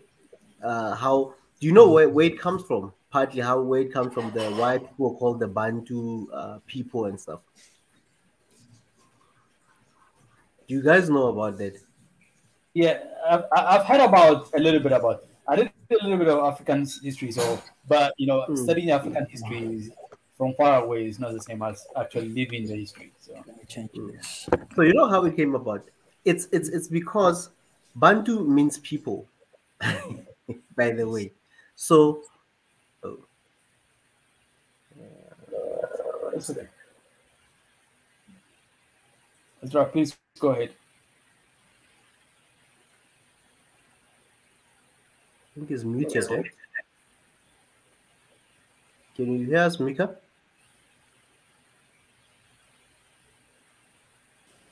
I'm saying you can go ahead. I'm Okay. trying. Like I'm having some difficulties here. Yeah, Oh, but it's fine. okay, cool. Yeah. The Bantu means people. So most of from my tribe as well. I'm a Swati, right? It's like I don't know. You guys know about Eswatini and stuff, right? I mean, what the country that was called Swaziland. Yeah. It used to be Swaziland, yeah. So when you look at the history, like how we speak, when we Bantu meant every person was called Umuntu is a singular. Bantu it's a plural for people. But when you say Muntu was a person in my language or in the Nguni languages mostly. So and then how they were classified because most of those languages when they classified people they will call Abantu. We'll say Abantu. Yeah, well, when I say Abantu, I'm saying the people. So meaning if we are like this, I'll be saying, hey, as Abantu, you know, we need to unite as Abantu, as people, meaning as people, we need to unite. So Bantu was more of a term that it's a language, a day-to-day language. When you say, oh, Bantu, there was no such thing as black people or you are this, unless if they were now calling you by reference of your tribe, where they will say that Zulu man or that whatever, you know. But that's now more a reference. But normally we will not use those references until when we were talking about just people, it's Bantu. You see, so yeah, most of them and there's also languages. There's terms and words that we share as well. You know, even like I know in Swahili, I think they have what they call matumbu, which is intestine. It's also matumbu in my language as well. So things like that. There's terms, you know, because you know that people have intermarried at some point. So also the separation of tribes, even tribes fighting. You know how families break up as well. Yes. Fight during like even like a normal family that used to be a big tribe living together, but now maybe you're fighting for the chieftaincy or the kings and whatnot to become a king, and then people will always split. Someone will say, I'll go to another land or I'll find greener pastures elsewhere. Because as we remember the history before, most of I think partly what people are still fighting for, it's similar, but it's just they took a different direction. Land, the resources of what you carry in your land, water was the things that they fought for. Land, water, obviously, and cattle, which was the wealth of that time. You know, when you have cattle, especially that's why we eat a lot of meat in our tribes. You can try to mix with other things. There has to be meat. Meat was a big thing. You know, and protein was something else there. So, but anyway, yeah. So I can tell Ezra love meat. I can tell from your look. When he started talking about meat, he was just laughing, you know. Yeah, man. You know, meat is That's why sometimes when we look at meat, man. Yeah, you know, because when I look at some of the, I like me some kitfo. You know, and the kitfo, and my Ethiopian community knows what kitfo is. So yeah. It's raw I meat. need to visit you when I come to Ethiopia. Raw beef. South Africa. Raw Yeah, I beef. know that meat. That meat.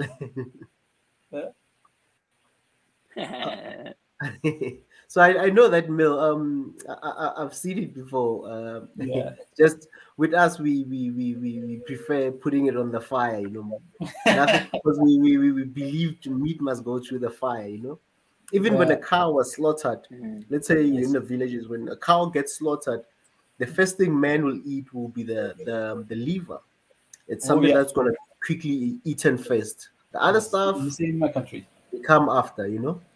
So actually, like we actually check. Oh, like the first thing you check. Oh, this is wow, this is delicious. This will be delicious, and then you make the liver, and then it could be raw, actually raw liver as well. It's possible depending on how good the liver is. You could have raw liver as well as part of the as part of the diet. So yeah, that's similarities there between you guys and all the way up in the corner of Africa. So yeah. Yeah, I think when you look at the diet, looking at South and Eastern mostly, we have a similar diet in terms of some of the foods. I mean, especially now more down south. I mean, I think even as far as far as the East, where ugali. I think you guys call it ugali, there in Tanzania and Kenya. And so in West Africa they have what's called fufu. Okay. But you could go, but the different version of fufu, but not all one, like, each has their own variation to it. But you could get it as far as part of Sudan, from Senegal all the way to part of Sudan. So that's, I mean, like, we're talking about things that actually historically have united us. Food is one of the things that has united Africa. Exactly. Exactly, And even what you're saying, even ugali has also been done in different ways. Yes, there's different ways to do it, and others they eat it hard. Others they love it light. Shouldn't be too hard. So it just depends. Others they put butter. Others others put salt. Others don't put salt. It's just steam, butter, and your corn and stuff. So, but those are the things that you say. The Bantu thing. Let's talk about the Bantu thing that you just to extend it a little bit. I mean, like the fact that today Bantus are divided into countries, right? But a few hundred years ago, those boundaries didn't exist.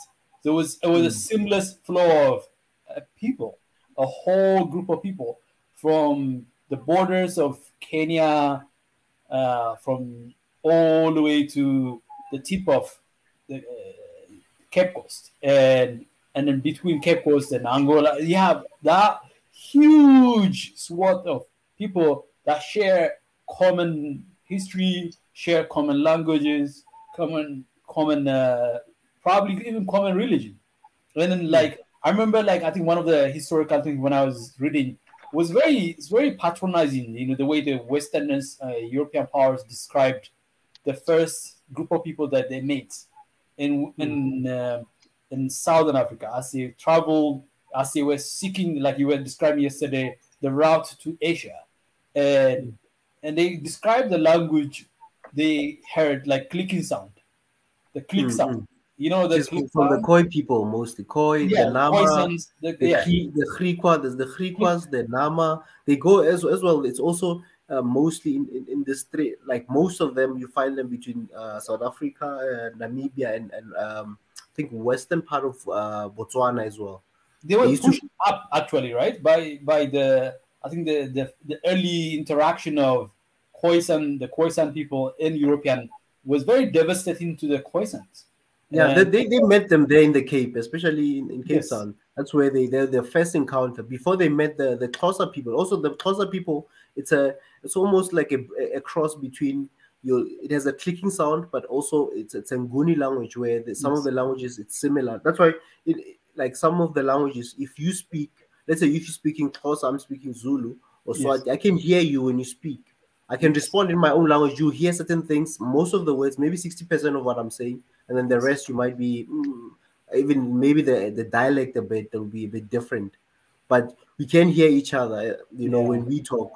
So, but then there's other languages where obviously they kind of, I can't hear you there. I'm just catching words. But I think also with media now, also playing a role where we've got news in all the African languages.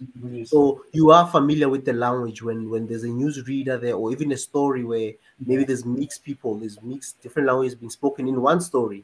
So that's the beauty of also being in South Africa, where you hear different languages in a story, then certain words they become it's easy to relate to them, even when you meet someone saying something. Oh, you're saying this. I've heard this before. You're saying this, I've heard that South Africans is generally normal for a typical South African to speak more than one language. Yeah, And I it's remember common. going to I school. speak 4 languages, by the way. I went to school with a South African in high school. He spoke Yeah. 9 languages, 9 Southern, Hmm. and then it wasn't like, oh, I'm like, it's not like, oh, I know how to speak French, Japanese. It's like it's nothing out of the ordinary kind of the way Hmm. he actually projected it. It wasn't out of ordinary. I was shocked by it, but I think like yeah, but that's an incredible thing, though, right? Isn't it? Yeah, it is. I mean, those are the things that I think you mentioned unity in diversity. I think Mika, you mentioned Yes. unity in diversity. It was one of Yeah. the government slogans. I think when President Thabo Mbeki came into office from '99, I think they changed it around 2001, where their slogan. I think it's still the case where it says unity in diversity or something like that, because we're also having a diverse people. You know, be it from color to even language. And I think what makes us say we have 11 official, because they said official, they made them official, meaning they can be taught in schools instead of just maybe few or colonial languages being taking like a country over where the education is just based on English. You know, yes, it dominates the business and everything day to day, but you can at school you will learn, you have the option to learn your home language and obviously English on top of it. So you're not restricted to just saying I'm speaking English. It's an English country, we speak English, you know. That's why they made it all official. And they somehow you kind of cut off the dialect thing. Because some languages, if you look at countries that say they have 2,000 languages or 250 languages, if you check, most of them is dialect languages. You find like a Yes. language has a dialect. For example, if I go to Swaziland, for example, or Eswatini, what's called Eswatini now, they might have a certain dialect. They might sound a bit deep in terms of the words. Sometimes they don't put a lot of English words in their language. So you find, and even regions, you might find to a region where they speak deep. You can hear them, but you need to pay attention when you're speaking to such people, or else you miss it. You think, hey, are we in the same language? Are we in the same tribe or what? You know, once you find out it's just where the region where they are, they speak in a way, another way. Others they speak light, what we used to call a light language of your original language. For example, you'll have your home language, but you find that it has so much mixed into an urban language now, where it takes from an English word, takes from another tribe word. You know, that's now the light part. Then you go to places, other regions where they can just fluently speak, like no English words being put or slang or anything. So the dialect also changes with different places. But you find that we still call each other the same tribe, but the dialect's a bit different. So other countries, they don't do it that way. They didn't break it down to just say we want people who are speaking this language. Instead of just them breaking it into a region and say we are from this region, we speak. Yeah, we do speak that language, but we are this people, or we speak this language in this way. You know, so we just made it 11. The breakdown of a language into dialects, it's not there. But as you travel, you meet that, hey man, those people, they speak funny. You know, they speak my language, but they speak funny. Oh, hey, those guys, you can't hear them. You know, you need to pay attention when speaking to them. But yeah, the thing of a language, it's also interesting how the dialects change. But there's also words that, as I'm telling you, in our country, it's much easy because, as I told you, there's what they call the Nguni languages, and there's what we call the Sotho languages. The Sotho languages, you can say there's three languages. It's Setswana, which is also spoken in Botswana. That's why those borders are just artificial, because all the countries, we share borders with tribes and families. You know, Botswana, for example, it's bordering a province where it's Tswana speaking people, and there are more Tswana tribes in South Africa than in Botswana, even population wise. You know, look at Botswana, it's only 2 million, and in South Africa there's more than, I think, 4 million Tswana speaking people or tribes. You know, and then you've got Setswana, you've got Sepedi, you've got Sesotho, which is also spoken in Lesotho. So those languages, those three languages I'm talking about, those people, if you take the three of those people, maybe as a Motswana, a Mosotho, a Mopedi, and put them in one room, yes, they might not listen, they might not maybe they will talk, but there might be words that are where everyone would be like, oh, what are you saying? What does that mean? You know, but they can talk, they can be in one room and talk. That's the beauty of our languages. They are not far off. It's just maybe the breakdown of maybe somewhere families and whatnot, how people were migrating and stuff. Yeah. But those people can talk. So if somebody who speaks Spain can go to Botswana, he can literally talk to those people. But even though the words will be different, there's things that he might not understand, but he will still be. He can easily integrate into such a country without having so much cultural shock or difficulty. You know. I mean, like the boundaries that we have, you know, if we say they are artificial, I mean, you're most likely to be accurate, and they are a definition of the differences. So the difference between Botswana and South Africa is not as stark as the border. It's not as clear as the border. It's not as that demarcation is more of a human construct and doesn't really fully speaks to the nature and form of connection and history that exists between those nations. And I was just Googling quickly, just to see how many languages are spoken in Africa. Over 2,000 languages are spoken in Africa. That tells you. Some people say, "Oh, how do we understand each other? How do we relate to each other?" Of course, there's always ways to figure that out, but it's an indication of an Africa that has preserved cultures and traditions. It's by looking at it, the one conclusion that you can make is that Africa has done an incredible job of protecting various minorities, small nations, small cultures that would have otherwise would have been, you know, if they were in any other continent, would have been suppressed and pushed aside. You go to South America, you know, the Native Americans, South America, North America, Native Americans were crushed. You go to the Aborigines in Australia, you know, these foreign cultures have crushed them. So so the fact that we have so many languages in Africa is an indication of how we've managed, despite our flaws and our weakness, to protect it. And I want to say, before we move on, I want to say something to African man. Look, the African man, he's talking about the genocide, Amhara genocide in Oromia and that kind of thing. The reason we don't talk about this is we don't have anything conclusive to say who's responsible, who's accountable, who's at fault. No, the only thing we could do is raise questions. The question is, why should anybody be targeted on the basis of their race, their language, their culture? Why should?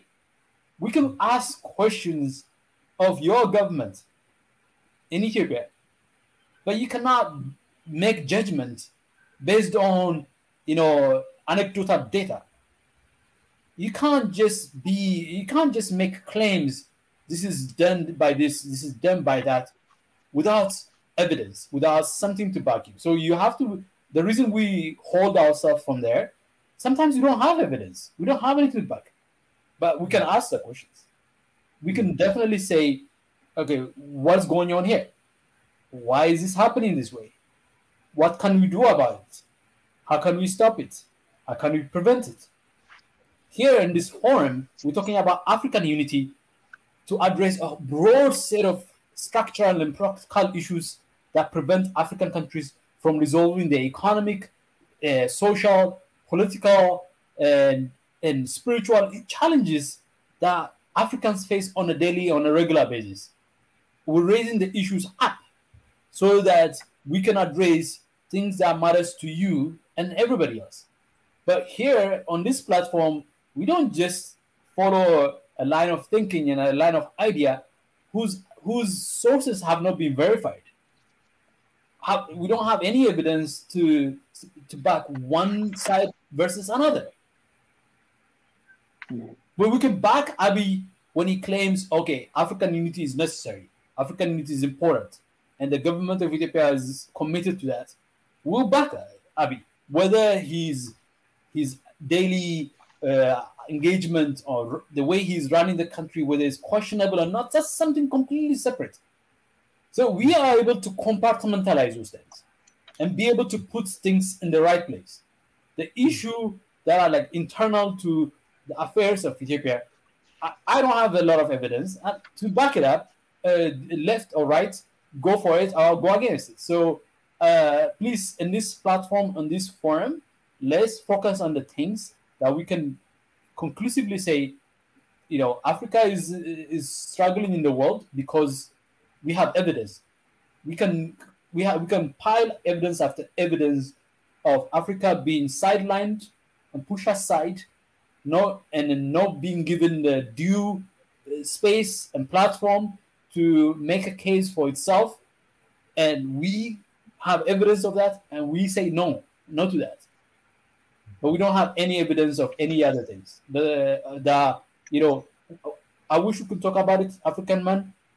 You know, the user African man is talking about, but we cannot. Okay, I wanted to say that before we move to any other issue. Just going back, I That's think we kind of touched on food and other things. I think today was a big day for Africa. You know, a former general or a general of Africa. You know, President Julius Mwalimu Nyerere. You know, Mwalimu Nyerere. Yeah, you know, those are leaders. Those are people who've put Africa on the map, and those are the people that fought for Africa. For us today to be in such platforms as well, you know, to have a voice, you know, and looking at what you just said as well about how we've conserved, you know, those are the things that you show that Africa was not fully defeated. If some people thought Africa was decimated by the Europeans and whatnot, because so much they didn't touch as well, and many things still, you know, other things are still here. We still have certain things. We still have a lot of things with us. You know, we still have our cultures. We still have identities. You know, that we can still use. You know, as long as we're using it in a good way, not in a way to crush others or to suppress or to or to destroy others, you know. As long as it's just an identity of your history, your lineage, yes, we appreciate that. So yeah, and in terms of you know, Julius Nyerere, I was also just reading today and a little bit about him. I've read some stuff, but yeah, I've also had a quote that was that really kind of touched me as well, you know, and let me just see here. I think Mika might have read one of the quotes as well. Let's repeat. It's okay. Repeat. Say it over and over and over and over again until it sinks in. Yeah. We say it again. I think we should do this quote over and over and over and over again until. I think it was the quote of unity will not make us rich, but it can make it difficult for Africa and the African people to be disregarded and humiliated. You know. And another one that I also liked was which one? Was this one that says, those who receive this privilege therefore have a duty to repay the sacrifice which others have made. They are like the man who has been given all the food available in a starving village, in order that he might have strength to bring supplies back from a distant place. You know. That also touched me. Those are the two quotes that I that really touched me from some of his work and some of his previous speeches that he had made. I think that speech was made in the one I just said now. It was made in 1960. Imagine. Wow. So, and it reminds the politicians that it's a privilege for them to be in power. It's not for them just to eat or whatever, you know. They've got a duty. It's a big sacrifice and a big duty to help even the people that need those their decisions to be made well for everyone who was down there, you know. Yeah. Can I say one thing? Can I say one thing? Like, you know, if Africa was united, I think part of the things is like, if Africa was united, in a scenario Africa is united, part of the thing that we will resolve, and I'm making a hypothesis, it could be proven wrong or right, but part of the thing that we will resolve is strong men, so-called strong men. Sometimes strong men are good, but sometimes are not good. Strong men who are not encumbered by the responsibility of leadership, who don't feel the weight of leadership, and who don't hold themselves accountable, will be held more accountable in that unity. Exactly. Like right now, Exactly. let's assume for the sake of argument, Abiy is actually doing something bad in Ethiopia. Let's assume that's what he's doing for the sake of assumption, for the sake of argument. And a united Africa, he'll be held accountable for that. But now he cannot be held accountable. So it's not just like, you know, unity allows us to have strength to project outward. Unity allows us to resolve tensions and challenges within our within our unity, and it will set of standards so the things that we Africans at the society level value will be elevated to a level, at a higher level, at the, you know, at the main street level, at the corridors of powers, and that elevation of values and traditions and practices and ethos and way of being African, that because the unity will elevate that up, and things that are important for African people will not be something that will be discussed on the fringes of unity. It will be in the heart of unity. Will no longer be on the fringes. What we are right now on the fringes of unity here. This discussion is happening in the fringes of it. But in the United Africa, it will be at the heart of it. It will be the main course of our meal on a daily basis, on a regular basis. Our culture, our traditions, our things that are important to us will be center stage in the way we guide our way of life, and that's what it does. That is one of the benefits of it. We will hold those people who are trying to harm others accountable much more capably than we are able right. And if I may add something, you can finish your Mika.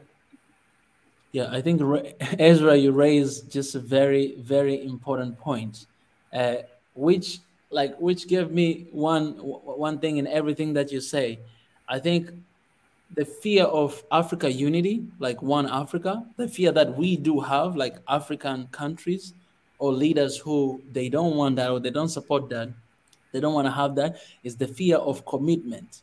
Because being committed to become one, you will be accountable and you will be responsible, because whatever you do, it's affecting us. So if you do anything sketchy, like there are people right now in Africa who they are benefiting because of division we have. Like the division that we have in our countries and all the struggles we're going through, people are dying and this is happening. There are people who are benefited from that, because there are people who are actually collaborating with outsiders, right? You know, that whatever that is going on, like, and in most of countries you will see, like, I will talk about, you know, my country or a lot of countries, other countries, you see most of time when you see like opposition party, most of time you see like there's so many like collaboration going on with the Westerners or Easterners, you know, from different corners of the world apart from Africa. So having a unity, and if you've always been getting your income, like feeding yourself, your family, because of division, because of the crisis that is going on in Congo, because not everybody is dying there. There are people who benefit from that, what is happening there. Once we have one Africa, that means you're going to be accountable. You're not going to be able to do that anymore, because you'll have people who they'll keep you in check. Right now, let's say you're a leader of that country. So nobody can keep you in check, because you're the one who makes decisions. But once you're in the African Union, there are people who will keep you accountable. We'll have the courts, people who will actually stood you up there that what are you doing to our continent? Because it's no longer going to be just about your country, but whatever you do, it's affecting the entire union we have. So people, they're scared of commitment. People, they are scared of being responsible. They want to continue to take money. They want to continue to feed themselves because of division and everything that is going on. And so they don't want to support the union. They don't want to support the One Africa. That's very interesting point. And I was wondering like why I never thought about it. Like when you pointed out about that, I was like, wow, such a very powerful point. Yeah. Thank you. I didn't see it the way you saw it, but that strengthens my point, definitely. Thank you so much. This is amazing. Wow. And just to add, what you're saying about, obviously there are people who support the status quo, as you say, for their own interests, for their own benefits. It also goes down to this Pandora Papers. I don't know if you guys have been following the story about the elite, all these tax haven places. How, obviously we knew about the rich people. They've always been having tax haven money in different places, hidden in trust funds and different things only. But now even politicians being involved in those things, as you say, the collaboration of people maybe with the West or the East, where all these things, you find that it's a law firm who's doing all these things somewhere, maybe in Asia or maybe in the West, in the Americas or whatnot, who are showing them how to make your money clean, legit, and make it in such a way that it doesn't just put a spotlight on you to say, wow, you've got apartments in New York, owning such and such apartments in Singapore and all those things, with all these shell companies, So, but what you're saying is true. Like where if on one of the code where our former president Julius Nyerere says, those who receive this privilege therefore have a duty to repay the sacrifice which others have made. They are like the man. They are like the man who has given all the food available in a starving village in order that he might have strength to bring supplies back from a distance. Yes. And that's absolutely essential. Like how you want to see this, revelations about Pandora Papers. What it reveals, it's not like, Can you send that to me in a private message, Ezra? Yeah. Huh? Come again? Oh, are you talking to me or? Okay. I was telling Ezra to send that in a private message. I want to put here on the screen. The Pandora Papers. Okay. Yeah. So like, what is that indication of? Like, this is what I see when I see that news. Of course, they did, Ezra was pointed out, is they have their behind well covered, so none of them can say, "Oh, I did anything illegal." Nobody can be. They all did what is legal in the frame of legal. Legal doesn't mean morally upright. It was legal to own a slave. You go to historical documentations in the US. You go to a library in the US. You see historical documents of properties owned. The properties here are people owned. So legally, they could insure them. So if something happens to them, they get insurance for it. So we're not talking about legal stuff here. But what it means, imagine. So this is not to say something bad about the president of Kenya, but since his name was mentioned, I wanted to use him as an example. But I'm not bad-mouthing him here. I'm just using it as an example. I can imagine the president of Kenya sitting across another, let's say, the leader of Europe, and they're having that conversations about negotiation about whether to allow a company to enter the Kenyan market, and then part of the discussion would be you know what, we could just throw in to sweeten the deal. We'll throw in this property here. We'll throw in this thing into account. But how do we execute it? We'll do it. That's essentially what it is. These powerful leaders are, capitalizing their position. But when they are capitalizing their position, they are also putting on the table the possibility of negotiating concerns those countries those countries they represent. It could be, let's say, a telecom giant in Kenya wants to enter the Kenyan market, and then their stake that Kenyans have, and the president could be in a position to be threatened. Oh, we will reveal this if you don't do this. We will reveal this if you don't do this. So like, so what is called the blackmailing. You know, remember? I don't know if you remember the issue of Trump being colluding with Russia, the US. Yeah. But the biggest issue Americans had was that, like, if the Russians had something on Trump, they could use it to blackmail him. And blackmailing means, like, it's not just like on issue of war and peace.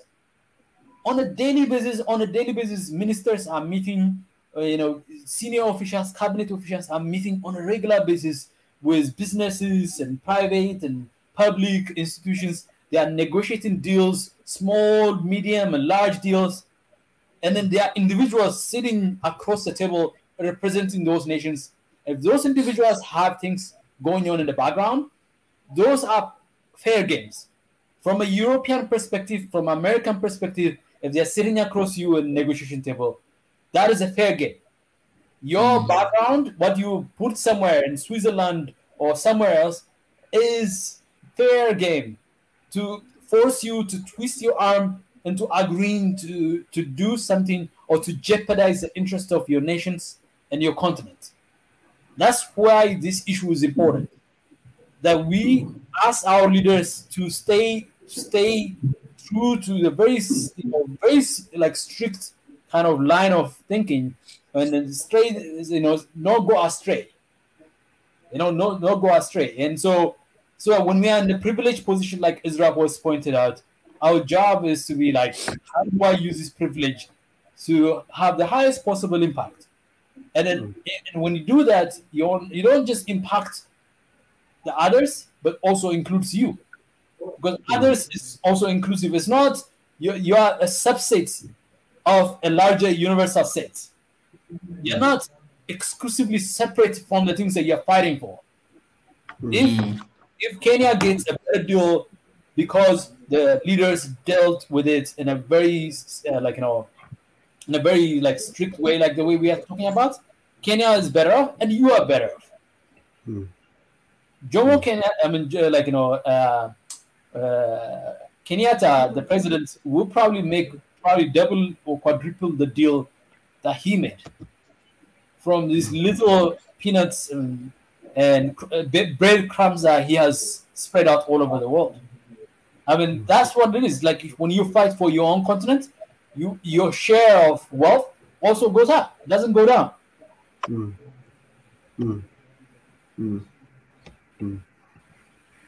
And what you said as well about how all these people, they are meeting a lot of officials. I mean, as you say, most of them, like I know Ethiopia wanted to open their telecommunication market, for example. There was Safaricom is joining very soon. Yeah, so I've heard a lot of telecommunication companies are obviously bidding to get licenses there. Yes. And obviously, you're looking at the numbers. If you've got over 100 million people, I mean, once you're in, you stand to gain a lot. I mean, from subscriptions, the marketers will be new. You'll be flooding. Whoever provides the best service, obviously, is going to look attractive and stuff. And obviously, to sweeten the deals, you know how they negotiate, obviously, with officials and all those people. And what I've also seen with some of these deals is sometimes they also use some people who are in the diaspora. They'll literally just say, "Oh, Prof. Ezra is there in the States. You've got this deal coming there in Ethiopia. We're promising you to maybe make you an MD of a specific telecom company that you want to set up there. You know the market, you know the language, you know the people's mindset. So they'll obviously lose to such people. And even some ministers will play a role and say, hey, if you give us the right people, we'll sweeten things for you. That's why you get ministers or even people, the presidency getting maybe cars, like this gives. That's why you get companies like in my company, for example, we do what we a compliance thing every year where you need to declare your interest. If, let's say, for example, you're in the same business as us, you need to declare that, hey, guys, I'm in an engineering field, I'm in a boiler business, or I'm in this maintenance and fabrication business. You need to declare, even if maybe it's not maybe it's a separate entity that's not related to us. You still need to do that. Or if you get a gift from a client, you need to declare that client X gave me a bottle of wine, because it might come across as a bribery if you guys are doing business with that person. So that doesn't look like if Mika now his company is giving me a bottle of wine as a present as an MD, I have to, because now it's like you're sitting things, you're making things soft now. Let's talk, my man, So it's just Western ways have made a way of bribing in such a way that the Africans have not maybe catch up, especially when you look at some of the videos of people on the street where they'll try to just up a price for no reason when somebody's coming to a BNB or someone just wants a favor. But the West they always use nice things. They can just say, "Come through, we'll fly you in." They make professional things. They don't make it in such a way that it's too visible. Unlike here in Africa, you get some guys that you just see. This guy says he wants cold drink. You already know, man. Which means I have to give him something so I can get a pass. You understand? Yes.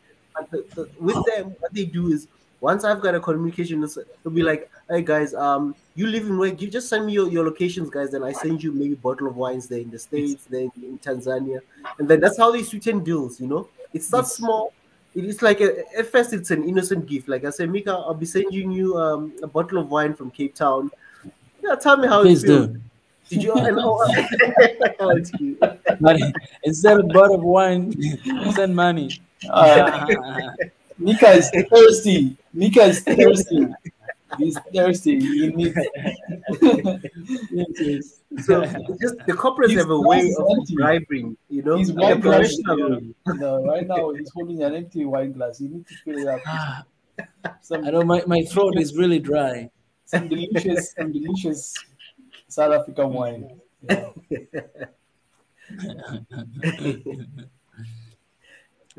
Brothers. Yeah. I really appreciate it. Ezra, you finished? Oh yeah, I'm almost finished. I mean, that's those. I was just saying, like in terms of how small things, how it all starts.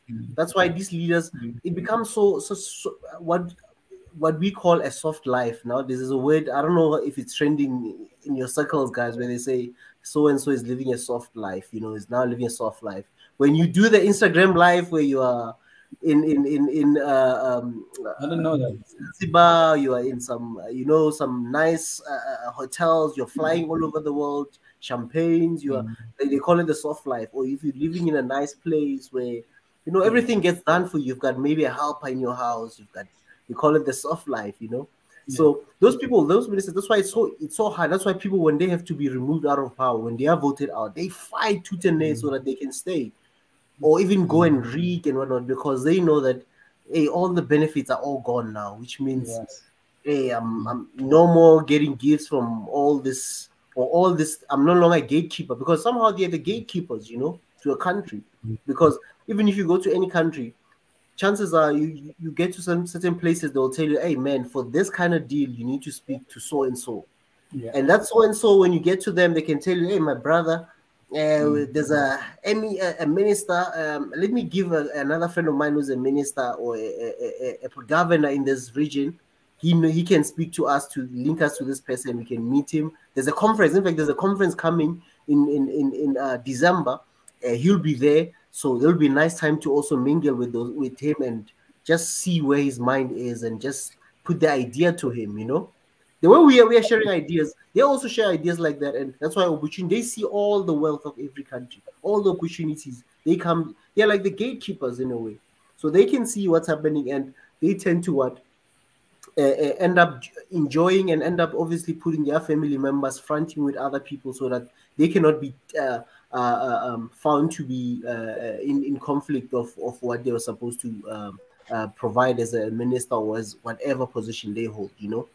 So those are the things that really make us somehow where it's hard for some leaders to leave power, even when they're doing well. You find a leader who's doing well, but he still sticks to power, even though they vote for you. I'm not saying people should not vote for you if they still believe in you.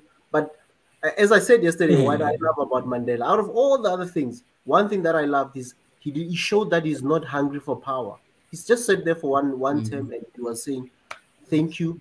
I think there are other young people. I'm very old to be running this ship. I'm giving it to other people to run, He could have said he had all the benefits, even after he still enjoyed the benefits. But if we can have that in our continent where even other leaders who are doing well now, if they can know that, okay, there's time that you can do so much, your name can go so much, you can build a country and it can be well respected in the continent. But the best way is to always leave on a high. Don't leave when there's a lot of scandals and things are so crumbling, you know.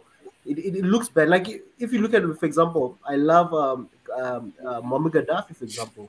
You know, he built that nation. It was a beautiful nation, education, infrastructure. It was one of the best in the continent. Yes. But if he had just had a vision to say, you know what, my people love me, let me now try to groom someone, or Yes. give power to somebody, you say, guys, young people lead this thing. You don't end up in what we say, it'll end in tears, you know. Yes. Where it didn't end in tears, you know, where things they could live on a high, people will be celebrating. Even now, they'll be coming and we'll be calling those old leaders and say, we want your wisdom as somebody who has helped the nation to be at this level. How can we learn from you? But sadly, it had to involve a lot of external forces for him to be out. But I'm just saying, as some of the leaders going forward for African unity, we need people that will won't stay for long, and then things end up going down, you know. So, but yeah, that's me in closing today. Well, I appreciate, gentlemen. Mika, can I say something about the last thing that aerospace did before we wrap up? Please. I think he said he says, okay, what kind of plans Westerns have for the future of Africa, and a simple answer to you that they don't have a plan. These are not, so Western powers are not dealing with Africa with plan. No, they don't. There's no, if there was a plan, they would be able to deal with the urgent desires of Africans to come together and not have to scramble the way they're scrambling right now. The scrambling that you see right now is not a sign of a well-orchestrated or well-organized effort on their part. It's more like reactionary. They are just reacting to the growing awareness of Africans. Okay, wow, this is something that we can actually do. So there's a growing trend across Africa for, at least at the public, not necessarily at the government level, but at the public level, where people recognize we are stronger and better if we come together. And they might not be able to have the ability to verbalize this, but a lot of Africans feel at least at the feeling, at the emotional level, feel it. And so we are the one who are thinking about planning. They are the one who just don't know, they're clueless as to how to deal with it. So the best way to do it is to arrest it. Arrest. Their plan is arrest any effort. Arrest. Stop. That's the only plan they have. But stopping is not a great plan to execute, because what is inevitable is inevitable. And then it's so African unity is whose time has arrived. We are talking about this, we are having this conversation because the time has arrived. And three desperate people, spread out from South Africa to Tanzania here in the US, and then other people all over the world. We are so spread out. What are the things that is bringing up? What are the chances of, what are the probability? Do the math. What is the probability that these three guys, and two of them named Israel, by the way, mind you, two of us here have the same name. What are the chances that two Israels will be on the same platform? Very low. So you have these three unlikely people here on this place in the most unlikely formats. And how's that? Because it's already written. It's like African unity has already happened. It's just a matter of time before we see it. It has happened because the hearts and minds of average Africans yearns for it and desires for it, might not know how to do it. But that heart and mind is beginning to have voice, is beginning to have language, is beginning to assert itself. And you look at how the French guy, you showed it yesterday in your reaction, Mika, and the French guy, he was speechless. And you see how those Africans were not missing any words. and then they were saying something you don't want to hear, but you cannot not want to hear it, even if you don't support it. They said it so well, so articulate, so thoughtful. And like, in fact, we're not only thinking about Africa unity because Africa deserves it. We're thinking about this because France deserves it. France deserves better than this. They are making a case that it's better for France to change its way, because the way it's going about is hurting France. It's not making France more secure. It's not making France feel better, a better position. Look at France being pushed around by its own friends. Its own friends are pushing around France. And then the moment they got a chance, look, the moment America and UK got a chance to push the French aside, the moment, they didn't even blink it. They didn't even think about the consequence of it. They went after it. That tells you, even in their own design and their own setup, it's a very precarious relationship they have. So it's better for America when Africa is united. It's better for Europe when Africa is united. It's better for China when Africa is united. Of course, we're going to charge you more for the resources that we take from us right now, but we're not charging you more than you deserve to pay. We will raise the price up to a right level, not to an exploitative level. And that's so African unity is better for everyone. And so it's better because they don't have a plan. So unity will bring with it plan, but they don't have a plan. And we will come and make it easy and palatable for them to swallow that unity. And then the new world order will be reordered in a way that protects the environment, the people in it, and our planets, the economy, the society, all of that. So Africa will be the one to avert all of these things that the world is facing right now. We are the one with the key to resolving all the crises: economic crisis, political crisis, environmental crisis, all the crises that the world is facing will only be resolved when Africa is on the table and on equal footing. Yeah. Sorry for preaching. Appreciate it. I don't want to preach, but sorry. Yeah, you guys, one thing that God has blessed you with is talking. I think God has blessed us a lot, and that's a wonderful talent there. And I was just thinking that, you know what? I think even when I'm not gonna be able, to do this or to come here, guys, because we keep in touch, because then we might know what we're gonna talk about. I might just share the link with you guys, and you can continue to, to share, because we know what we want, and what we want is one Africa, one unity. So in every single thing, for all this time that we have been sharing and share our hearts, we have been focusing on that, and that's where we want to see Africa come. So yeah, I think even when I cannot make it, still we can be able to continue to come here and to share this message, because it's really important, and we need to repeat as much as we can, for this to get into our system. Yes. So I really appreciate you guys for stopping here today. Thank you, guys.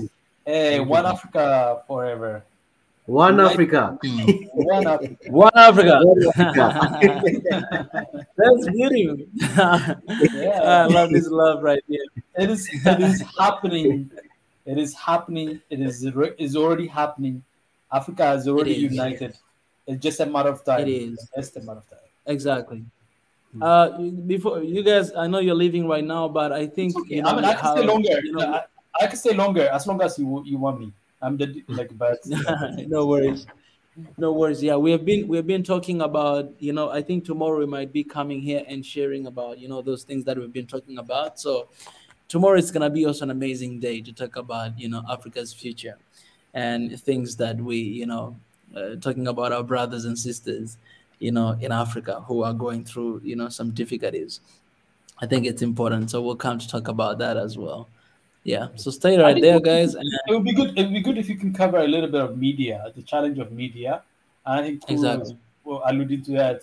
And I think part of it is if Mika, all of you guys supporting Mika, continue to support him, and that support continue to grow. Mind you, this is already an African channel, a media platform. Exactly. Before you know it, Mika will be the chief executive of One Africa Media.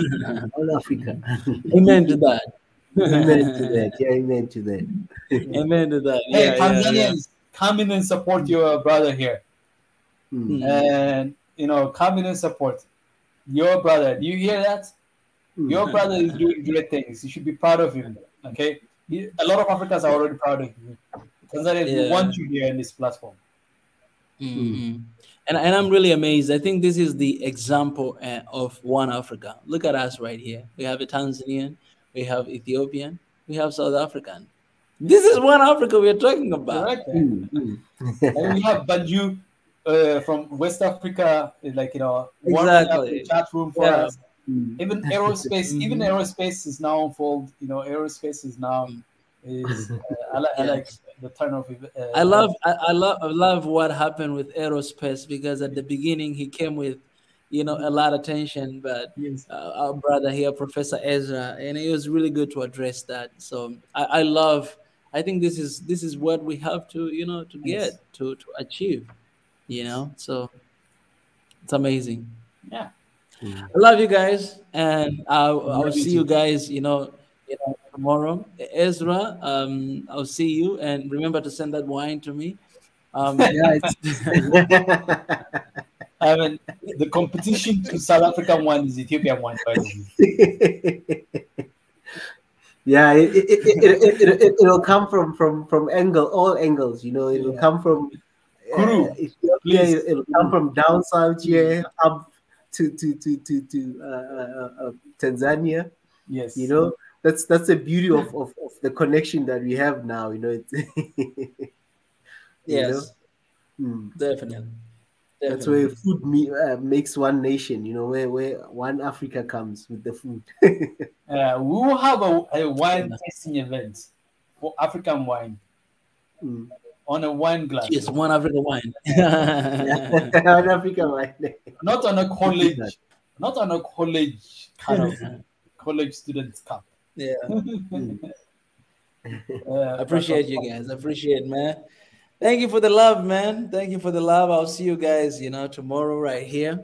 And let's take this thing to another level. Yeah. Stay good, guys. Stay true. Straight through to Africa. Believe this. Believe this. Africa is one already. Yeah. Okay. Amen. Stay safe, guys. One Africa. One Africa.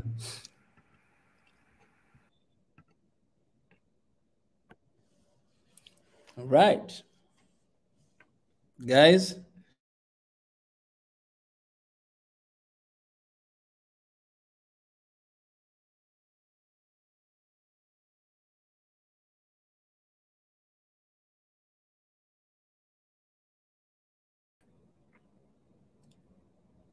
Yes. All right, guys. So bless you all.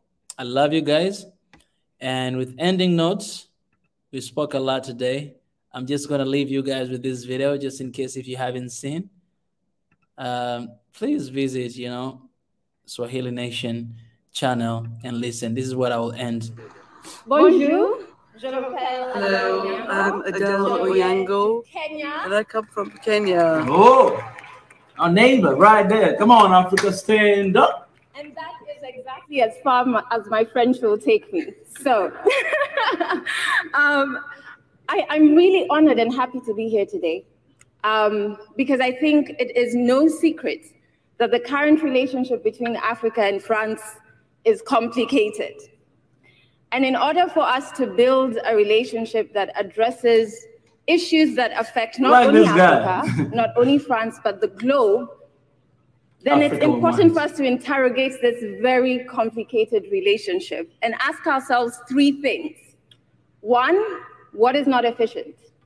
Two, what is not ethical? Three, where do we see integrity gaps? And to be able to do these three things, we're going to have to be brutally honest.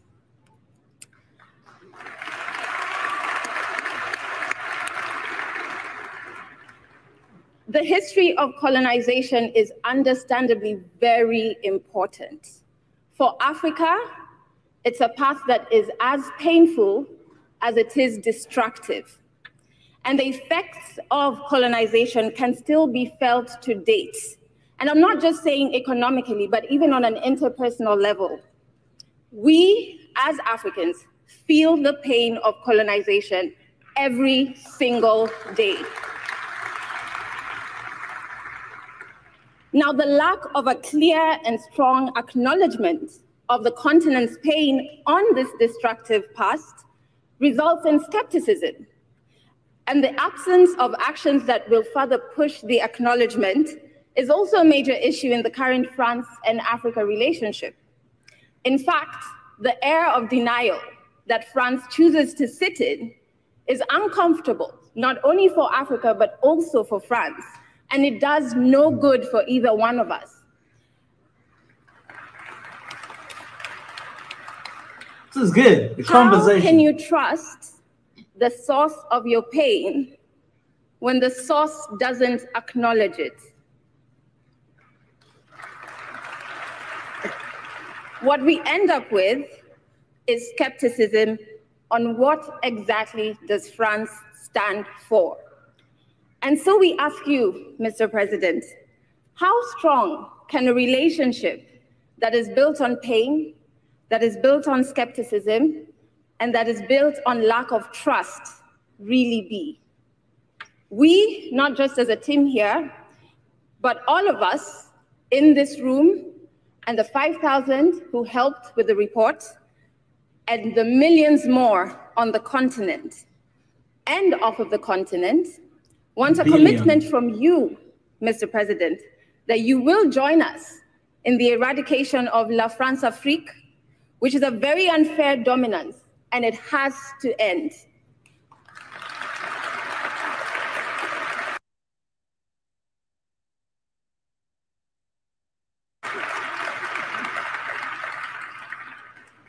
Furthermore, the breakdown in understanding what France fully stands for is fueled by the continued collaborations that France has with agencies, leaders, and individuals who have glaring integrity issues, whilst on the other hand, claiming to be standing for human rights. So on one hand, this is good.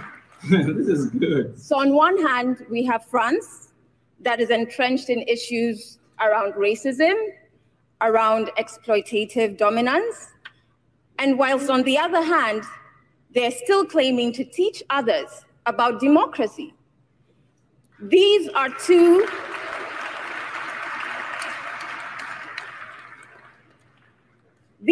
profiles that one cannot fill at the same time.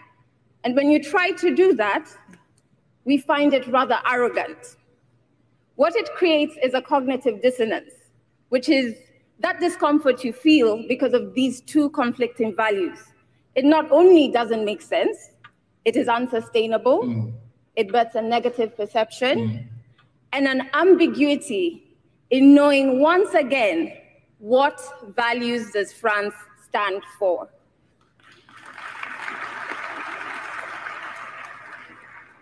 Now, it is very clear, I mean, because we're all here, that the current relationship is imbalanced.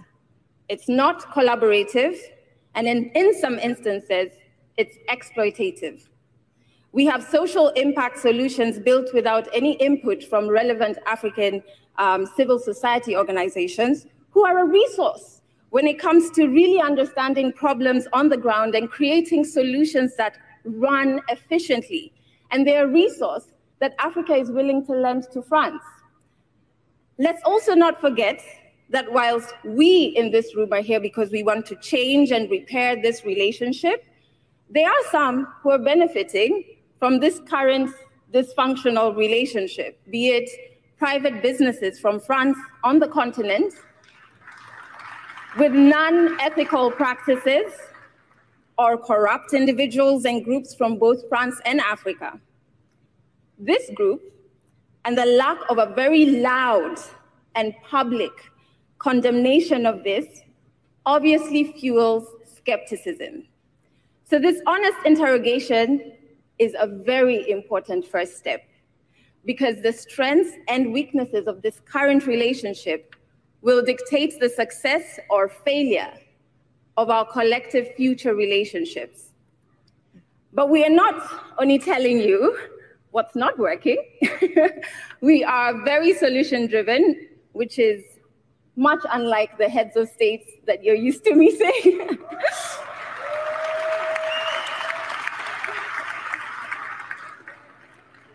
We know exactly what you need to commit to today, and we have a clear path on how we can achieve that. And that is what my brother Arthur will share with you. Arthur, c'est à toi. Thank you.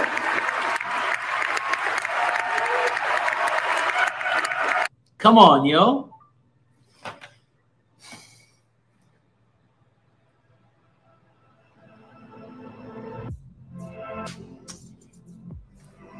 I just had to shout out. You know what was going on in my mind? I was like, I am so proud and glad that we have Africans who are tired of exploitation that has happened before and that is going on right now.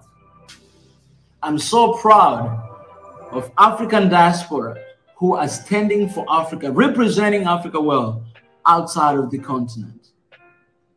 I was there, I did that, and I am back right now, and I'm gonna keep doing that. But we should always remember that we have our brothers and sisters who are not afraid to stand for Africa. And these guys right here, speaking out in front of the president of France, it's overwhelming. And I gotta shout out to him, because it's not really easy to listen to that, to listen to what you're doing wrong. Somebody who is young telling you that I think this is what you guys are doing wrong. And the other day I saw that, I don't know if it was because of this, the president of France actually released some of the things that were for Africa, right? Because you know that there were a lot of things that were taken during colonialism, like Germany, France, and so many other places, and even UK, but they were refusing to return them back to Africa. But recently I saw that President of France, he actually returned some stuff in Benin, to Benin, Africa, and I was really proud. Let me see that. Where can I don't know, it's on my WhatsApp, and I'm using WhatsApp here, but it's amazing. Those are kind of steps, and we don't even need to say thank you for returning this. No, because it belongs to us. It belongs to us from the first place. But it's good to see acknowledgement. It doesn't matter how long it takes, but it's good to see acknowledgement that is happening right now. And Africa, when we see these things are happening, it's a call. It's a wake-up call that Africa should wake up. Africa should unite. Because I'll tell you the truth, guys, diaspora is united. I live outside there. It's not about Tanzania, it's not about Nigeria, it's not about Ethiopia, but it's about Africans out there, man. It's about that. That's what we're doing out there. And that's what we can do inside here. Why Africans are united outside of the continent and not inside of the continent?